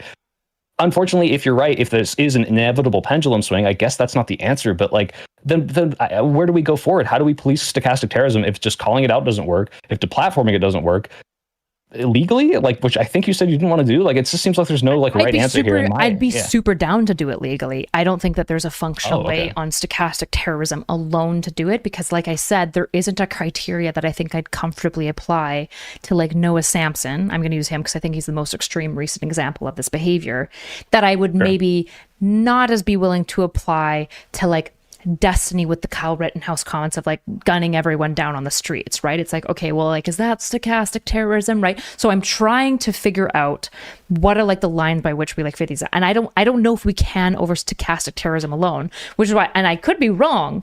My thought was, what if you make it so that there is a higher, like if you're a content creator, that doesn't mean that you get all the liberties. Like sometimes certain liberties get removed from you from certain roles that you occupy in society, right? And this is kind of a trade for like making lots of money and having lots of power, right? I don't know if there should be as much liberty for Nick Fuentes to know that if he like walks around and comes across a Jew that gets really angry at him and starts talking to him, that like the court won't weigh in everything that Nick Fuentes has said about Jews up until this point in the court case of deciding how serious the assault is. Like, would there be some level of like, because when you're face to face, right? When you're at a bar and Nick Fuentes is saying this shit, the reality is like, you're going to go get punched. If Nick Fuentes is walking around a black neighborhood and like looked a black person in the eye and said, "What's up, N-word?" he's going to get assaulted, right? So he knows there's like this fear of the Lord. But the reality is like, there isn't that for online behavior. And that doesn't mean that I want assault for Nick Fuentes, but I want some level of like going, Nick Fuentes is at all times basically walking around in black neighborhoods looking people dead in the eye and saying the N-word, right? And I don't want to treat him in court the same as like the mentally disabled homeless guy stumbling around being like N-word, F-slur, like screaming random shit. I don't want to treat these two things the same. And I don't know if right now his like stochastic terrorism would be included if like a Jew punched him in the face. I still think the Jew did something wrong by punching him in the face. That's a lot less wrong than punching a random person in the face.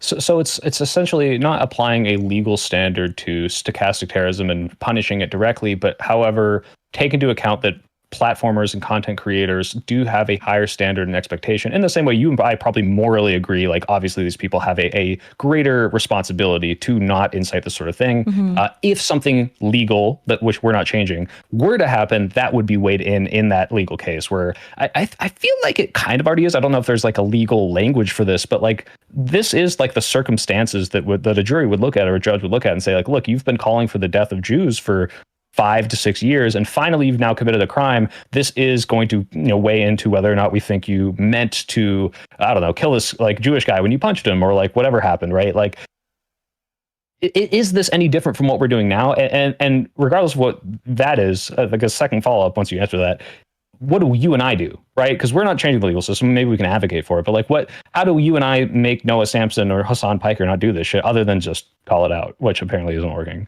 Yeah, it's super not working. I think first of all, we have to like reserve terrorist for terrorists. And I think that like for example, if somebody's an interpreter and they go to Gaza to work for Hamas, but just to interpret, to communicate like maybe propaganda on social media, is that person a terrorist? Like most of us would say. No, yeah, they're just doing the job. Okay. But they are a terrorist, right? Like I think legally they would be a valid military target, for example. Just for interpreting, really? I think if they were working with Hamas, yeah, I think they would explicitly be considered, because if they're part of Hamas.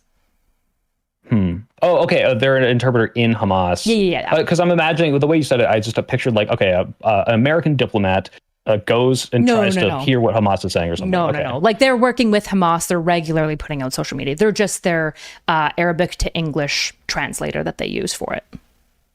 I suppose, but then in the same way, like I think I've heard the same arguments to justify like killing, like I mean, especially in this Elias situation where it's like, look, these are bureaucrats that are facilitating some sort of Israeli agenda, which may or may not be something that actually helps Gazan people.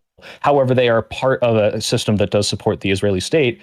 Are they part of the IDF? Are they part of the terrorist state of Israel, as some would call it? Like, it does get a little ambiguous, or really ambiguous. It does, right? This is why I think we have things like reasonable belief standards in courts, is that like anytime you're starting to talk about like these more ambiguated things, like even like large portions of sexual assault is a lot more ambiguated, right? If two people are both drunk, she claims she didn't consent and he believes that she did, that's a lot murkier. And now there has to be like a certain burden of evidence to like claim that this person is doing things. And so like, I'm not saying that my idea that like Nick Fuentes is at all times in a state of provocation and therefore assault against him have that like justifiable defense, not to get off with the assault, but to like vastly lessen the crime, that might not be a good idea. I'm open to other ideas. Like, for example, I think there should be way more lawsuits between YouTubers so that they can like target each other and make some level of precedent of how you can and cannot talk about one another. Like, I think the Ethan Klein thing is a really good example of like serial harassment online.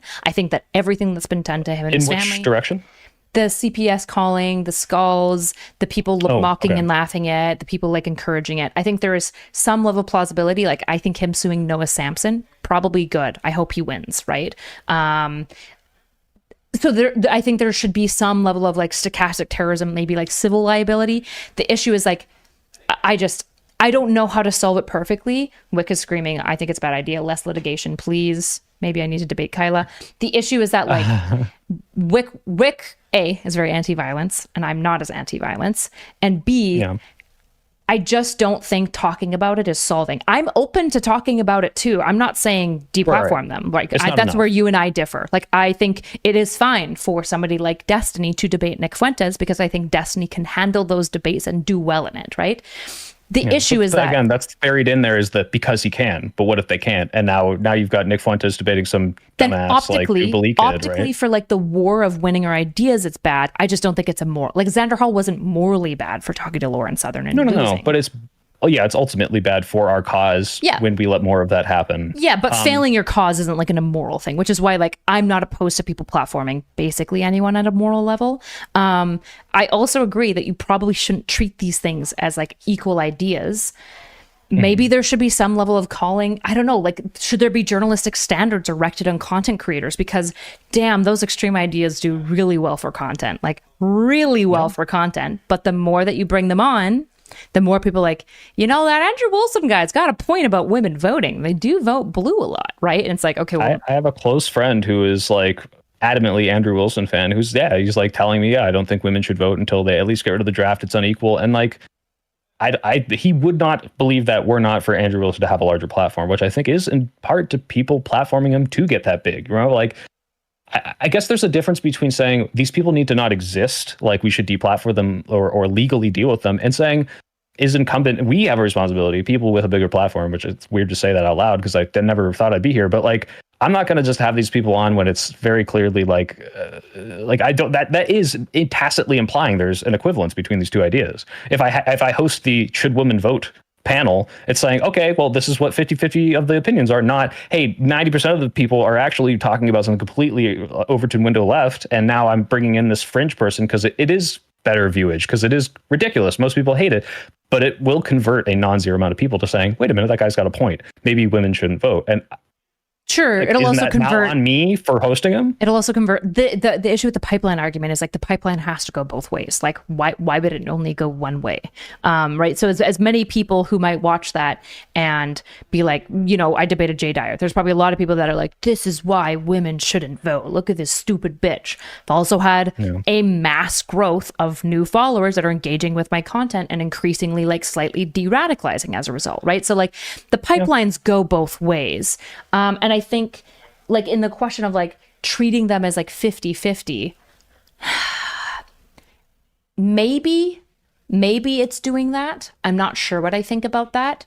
But the issue is not engaging with it at all isn't dealing with the problem, unless we're just going to hope and assume that all the Silicon owners and owners of the social media platforms will hopefully just be left, right? Because it's like these ideas aren't going to die. They've existed for a long time. If we want to like bludgeon them to death, we have to find a way to actually bludgeon them to death. One of the ways we should probably bludgeon them to death, by the way, is botting, right?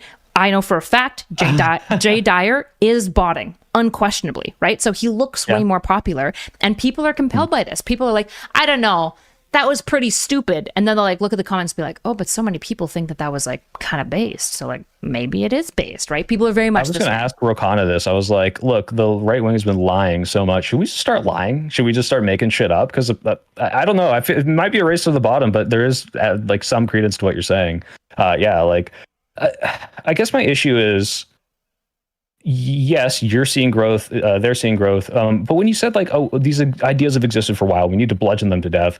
I don't see that happening in this debate space. I mean, I've been watching these Twitch people and these YouTube people since like 2016-ish, and they've only gotten bigger, no matter how many times they're, Destiny destroys Nick Fuentes or Vaush destroys Andrew Wilson. Like, they don't get smaller. They are getting bigger. And the biggest surge that I've seen is, one, Trump getting elected, and two, like you said, Elon Musk buying Twitter. That has made white supremacy, racism, all these things more palatable. That was replatforming. So all I guess this, again, this isn't borne out in a study, but if I can show the exact empirical number by which these people have grown is a replatforming, why not deplatform? I think it just doesn't solve the problem. I think it just makes it. It doesn't solve. It just goes underground. It like builds power, right? Like Andrew Wilson had like less than 30 viewers for I think 6 years before he blew up, right? And the reason he blew up, he blew up because he went on the whatever panel and was willing to play ball with like shitting on women, not because of his like Eastern Orthodox. In fact, he's pretty intentional when he debates. Like, say what you want about Andrew Wilson, that is a smart motherfucker, right? And also, he doesn't get destroyed in debate a lot of the time. I agree that he doesn't do good debates. Like, I think he's oftentimes like not the best faith, right? And a lot of his like the people that debate like him, but the left doesn't know how to deal with that at all. The left doesn't know how to debate in any way, shape, or form. I have a feeling like it's crazy. The pickle jar might have been more disastrous for him than anything, because there is this level of optics. This is something that Destiny was super good at, where he genuinely made the gaming right side shift left in Twitch because he debated JonTron and he debated all these big gamers over and over and over again and made them look really, really stupid, right? And so I think in many ways, this is how the young earth basically died out. There are some fringe people who think about it, and it's possible that some great debater who's a young earther will catch steam again, and then we do have to engage with it. We do have to talk to it. And the idea that if we're like, oh man, this really good debater who's young earth is coming up, what do we do about him? Ignore him? It's like, it's probably not a good idea. It's just probably not. Okay, I think there's a compromise here where, I don't think we should completely deplatform all these people. And especially, like I said, if they're already at this level, you can't just like walk away from it. I think this is kind of what Hasan does, right? He's like, I don't think other than the Ethan thing, does he really debate anyone that disagrees with him? He doesn't really do debates anymore. Like, I think that's Yeah, like all that does is just say, okay, let's everyone stick in your little bubble, and the people who are engaging are going to grow their platforms and get these bigger people. And actually, I guess he's been growing his platform with liberals thanks to the liberal media being like, hey, here's the Joe Rogan to the left. Yep. But if it is a small guy, if it is like a 5 subscriber, hey, I'm a young Earth debater and maybe some people like him, yeah, fuck him, don't platform him. But if it's so big that you can't ignore it, then don't ignore it. I guess that's kind of where I'm at. And you don't need, any private institution is always going to just deplatform what makes them the most money. So I can't really advocate for that in any way, shape, or form. The Whatever podcast probably platformed Andrew because they knew, hey, this guy's going to make these, dumb bimbos look dumb, and I'll make Superchats. So I've seen like the Superchats on those thing, and I get it.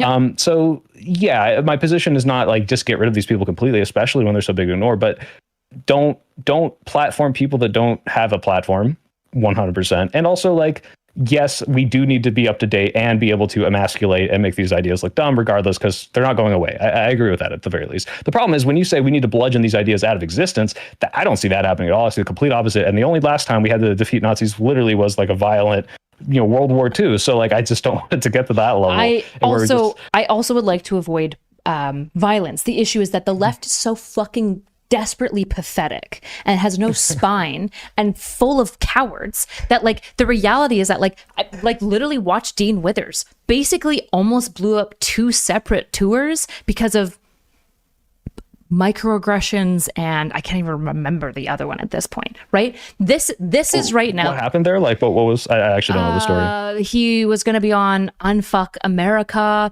Somebody felt that there was not enough, there's something about Black people not getting paid or something, and it wasn't even true. And then Z, the coordinator, went on to respond to it, and then she was accused of microaggressions, and he was like, look, I can't have anything to do with microaggressions, right? But the Democrats keep going to Dean Withers and being like, this guy will reach young people. And it's like, he's reaching young women and people who already vote for you. He's not reaching anyone useful. Like, he's fucking useless, right? And he's cowardly. It is fucking pathetic that the left has been so consumed with optics that we just forgot about having principles. And so the right has had some very effective debaters like Andrew Wilson and Steven Crowder, unfortunately, come in and attack us because we got fat and lazy because we just kicked everyone out and then went, we won. And it's like, we didn't win. They went back, got better and stronger, and then the really good ones came up because the ideas never died. There was just a lot more resentment. They're a lot more willing to play even more dirty because they hate us for like kicking them off at the platforms, which is just like, now we're in this situation where, not many people can dumpster Andrew Wilson because he's really good at what he does, right? Whether you like his debates or not. Defeat regardless is like that's one of those like optic wise, like that's why I think the pickle jar thing works so well, is because he is someone who is so caught up in his masculinity that he's never ever like, I think he spent like the last like 8 minutes of his closing in our debate just declaring victory, not even like really explaining why, just like, and I won because of this and because of this, and it's like, all right, like you didn't have to, I didn't have to do that, and it's like because I thought the merits of my argument work, but you are like, will never back down from a point. You will never concede that point. And even when I gave him like the good faith of like, hey, like I'm glad that you admitted that like, in times of war, women do need to work because the men are off fighting. And he's like, well, actually, and then like he wouldn't even concede that, even though he conceded it earlier, because as soon as it was you're putting me on the back foot. So like, I don't know if that's good optically for the people that already agree with him, but like that's something you can never win with if they're never going to even concede. And that's kind of what I saw with Misfit. Is he not is he in that same circle? No, is he not a repeal the 19th person? I don't know. I'm not sure. I don't know much about Misfit, to be honest. Well, someone in my chat said he was like a repeal the 19th person. I think one of the issues that we have to bear in mind is that I think especially because a lot of us in the debate space on the left probably grew up on like the intellectualism of like Christopher Hitchens. And so we grew up being like, oh my gosh, facts, logic, and good thinking. I love that shit. But the issue is that like postmodernism beat the skeptics. The progressives beat the skeptics over trans shit because the skeptics were like, trans people are kind of gross, kind of weird, right? And the progressives were like, why are you so mean? And then suddenly everything changed to like in a completely different game, which is like the optics game, right? And so I think what has to happen is that you have to be aware that when you're talking about debate in a public platforming space, you're not just talking about like the true beautiful art of two intellectually honest people who are epistemically humble, battling the will of ideas together to find truth in like an Aristotelian friendship of virtue way. That's not what's happening anymore to any degree. There's a lot more optics going on. And I think that there's got to be a way that we can learn how to like update our style and skill to manage that while also purporting ideas that are better. Because here's one pro tip. It's a lot easier to be optically strong if your idea is right, because it's a lot easier to defend, right? You just need to know how to defend it. Yeah, no, I agree with that. I mean, the funny thing is, I'm not even really disagreeing with anything you've said so far in this conversation. Insofar as like, I'm a person who advocates for more debate, like with these people. I'm trying to go into these spaces. I do try to like measure like, okay, how much of this is me just telling you what is empirically true and also making you look dumb. But yeah, I'm not disagreeing with any of that. Obviously, that needs to happen insofar as short term, like that's the only way you win these people over. I just see like long term, it's like, does this inevitably come with us on top, even if we are better at it? Because I do think we were better at it for 4 or 5 years. And I think we have the right ideas. And I think the left is the master of the arts. So I think if we can like, I genuinely think that if we can get behind something, we can get a coherent worldview that actually fucking makes sense, right? Like is defendable, right? Like, I don't know what we get behind. Maybe the abundance movement is something we get behind, and then we fall back to like some basic liberal principles, right? Like the things I fall back to is like free speech. I'm very big on freedoms, just generally, right? I'm very big on strong institutions, not big institutions, strong ones. And I'm really, really big on the welfare state. I think these things really matter. I think there's really, really good moral and logical arguments for them. And we figure out how to make these arguments. And until we like refine this art, we're just going to keep losing. And unfortunately, what's happening on the left is we just like appeal to our own base, and then our base likes us and we're like, haha, see, we're winning. And it's like, are you though? Yeah.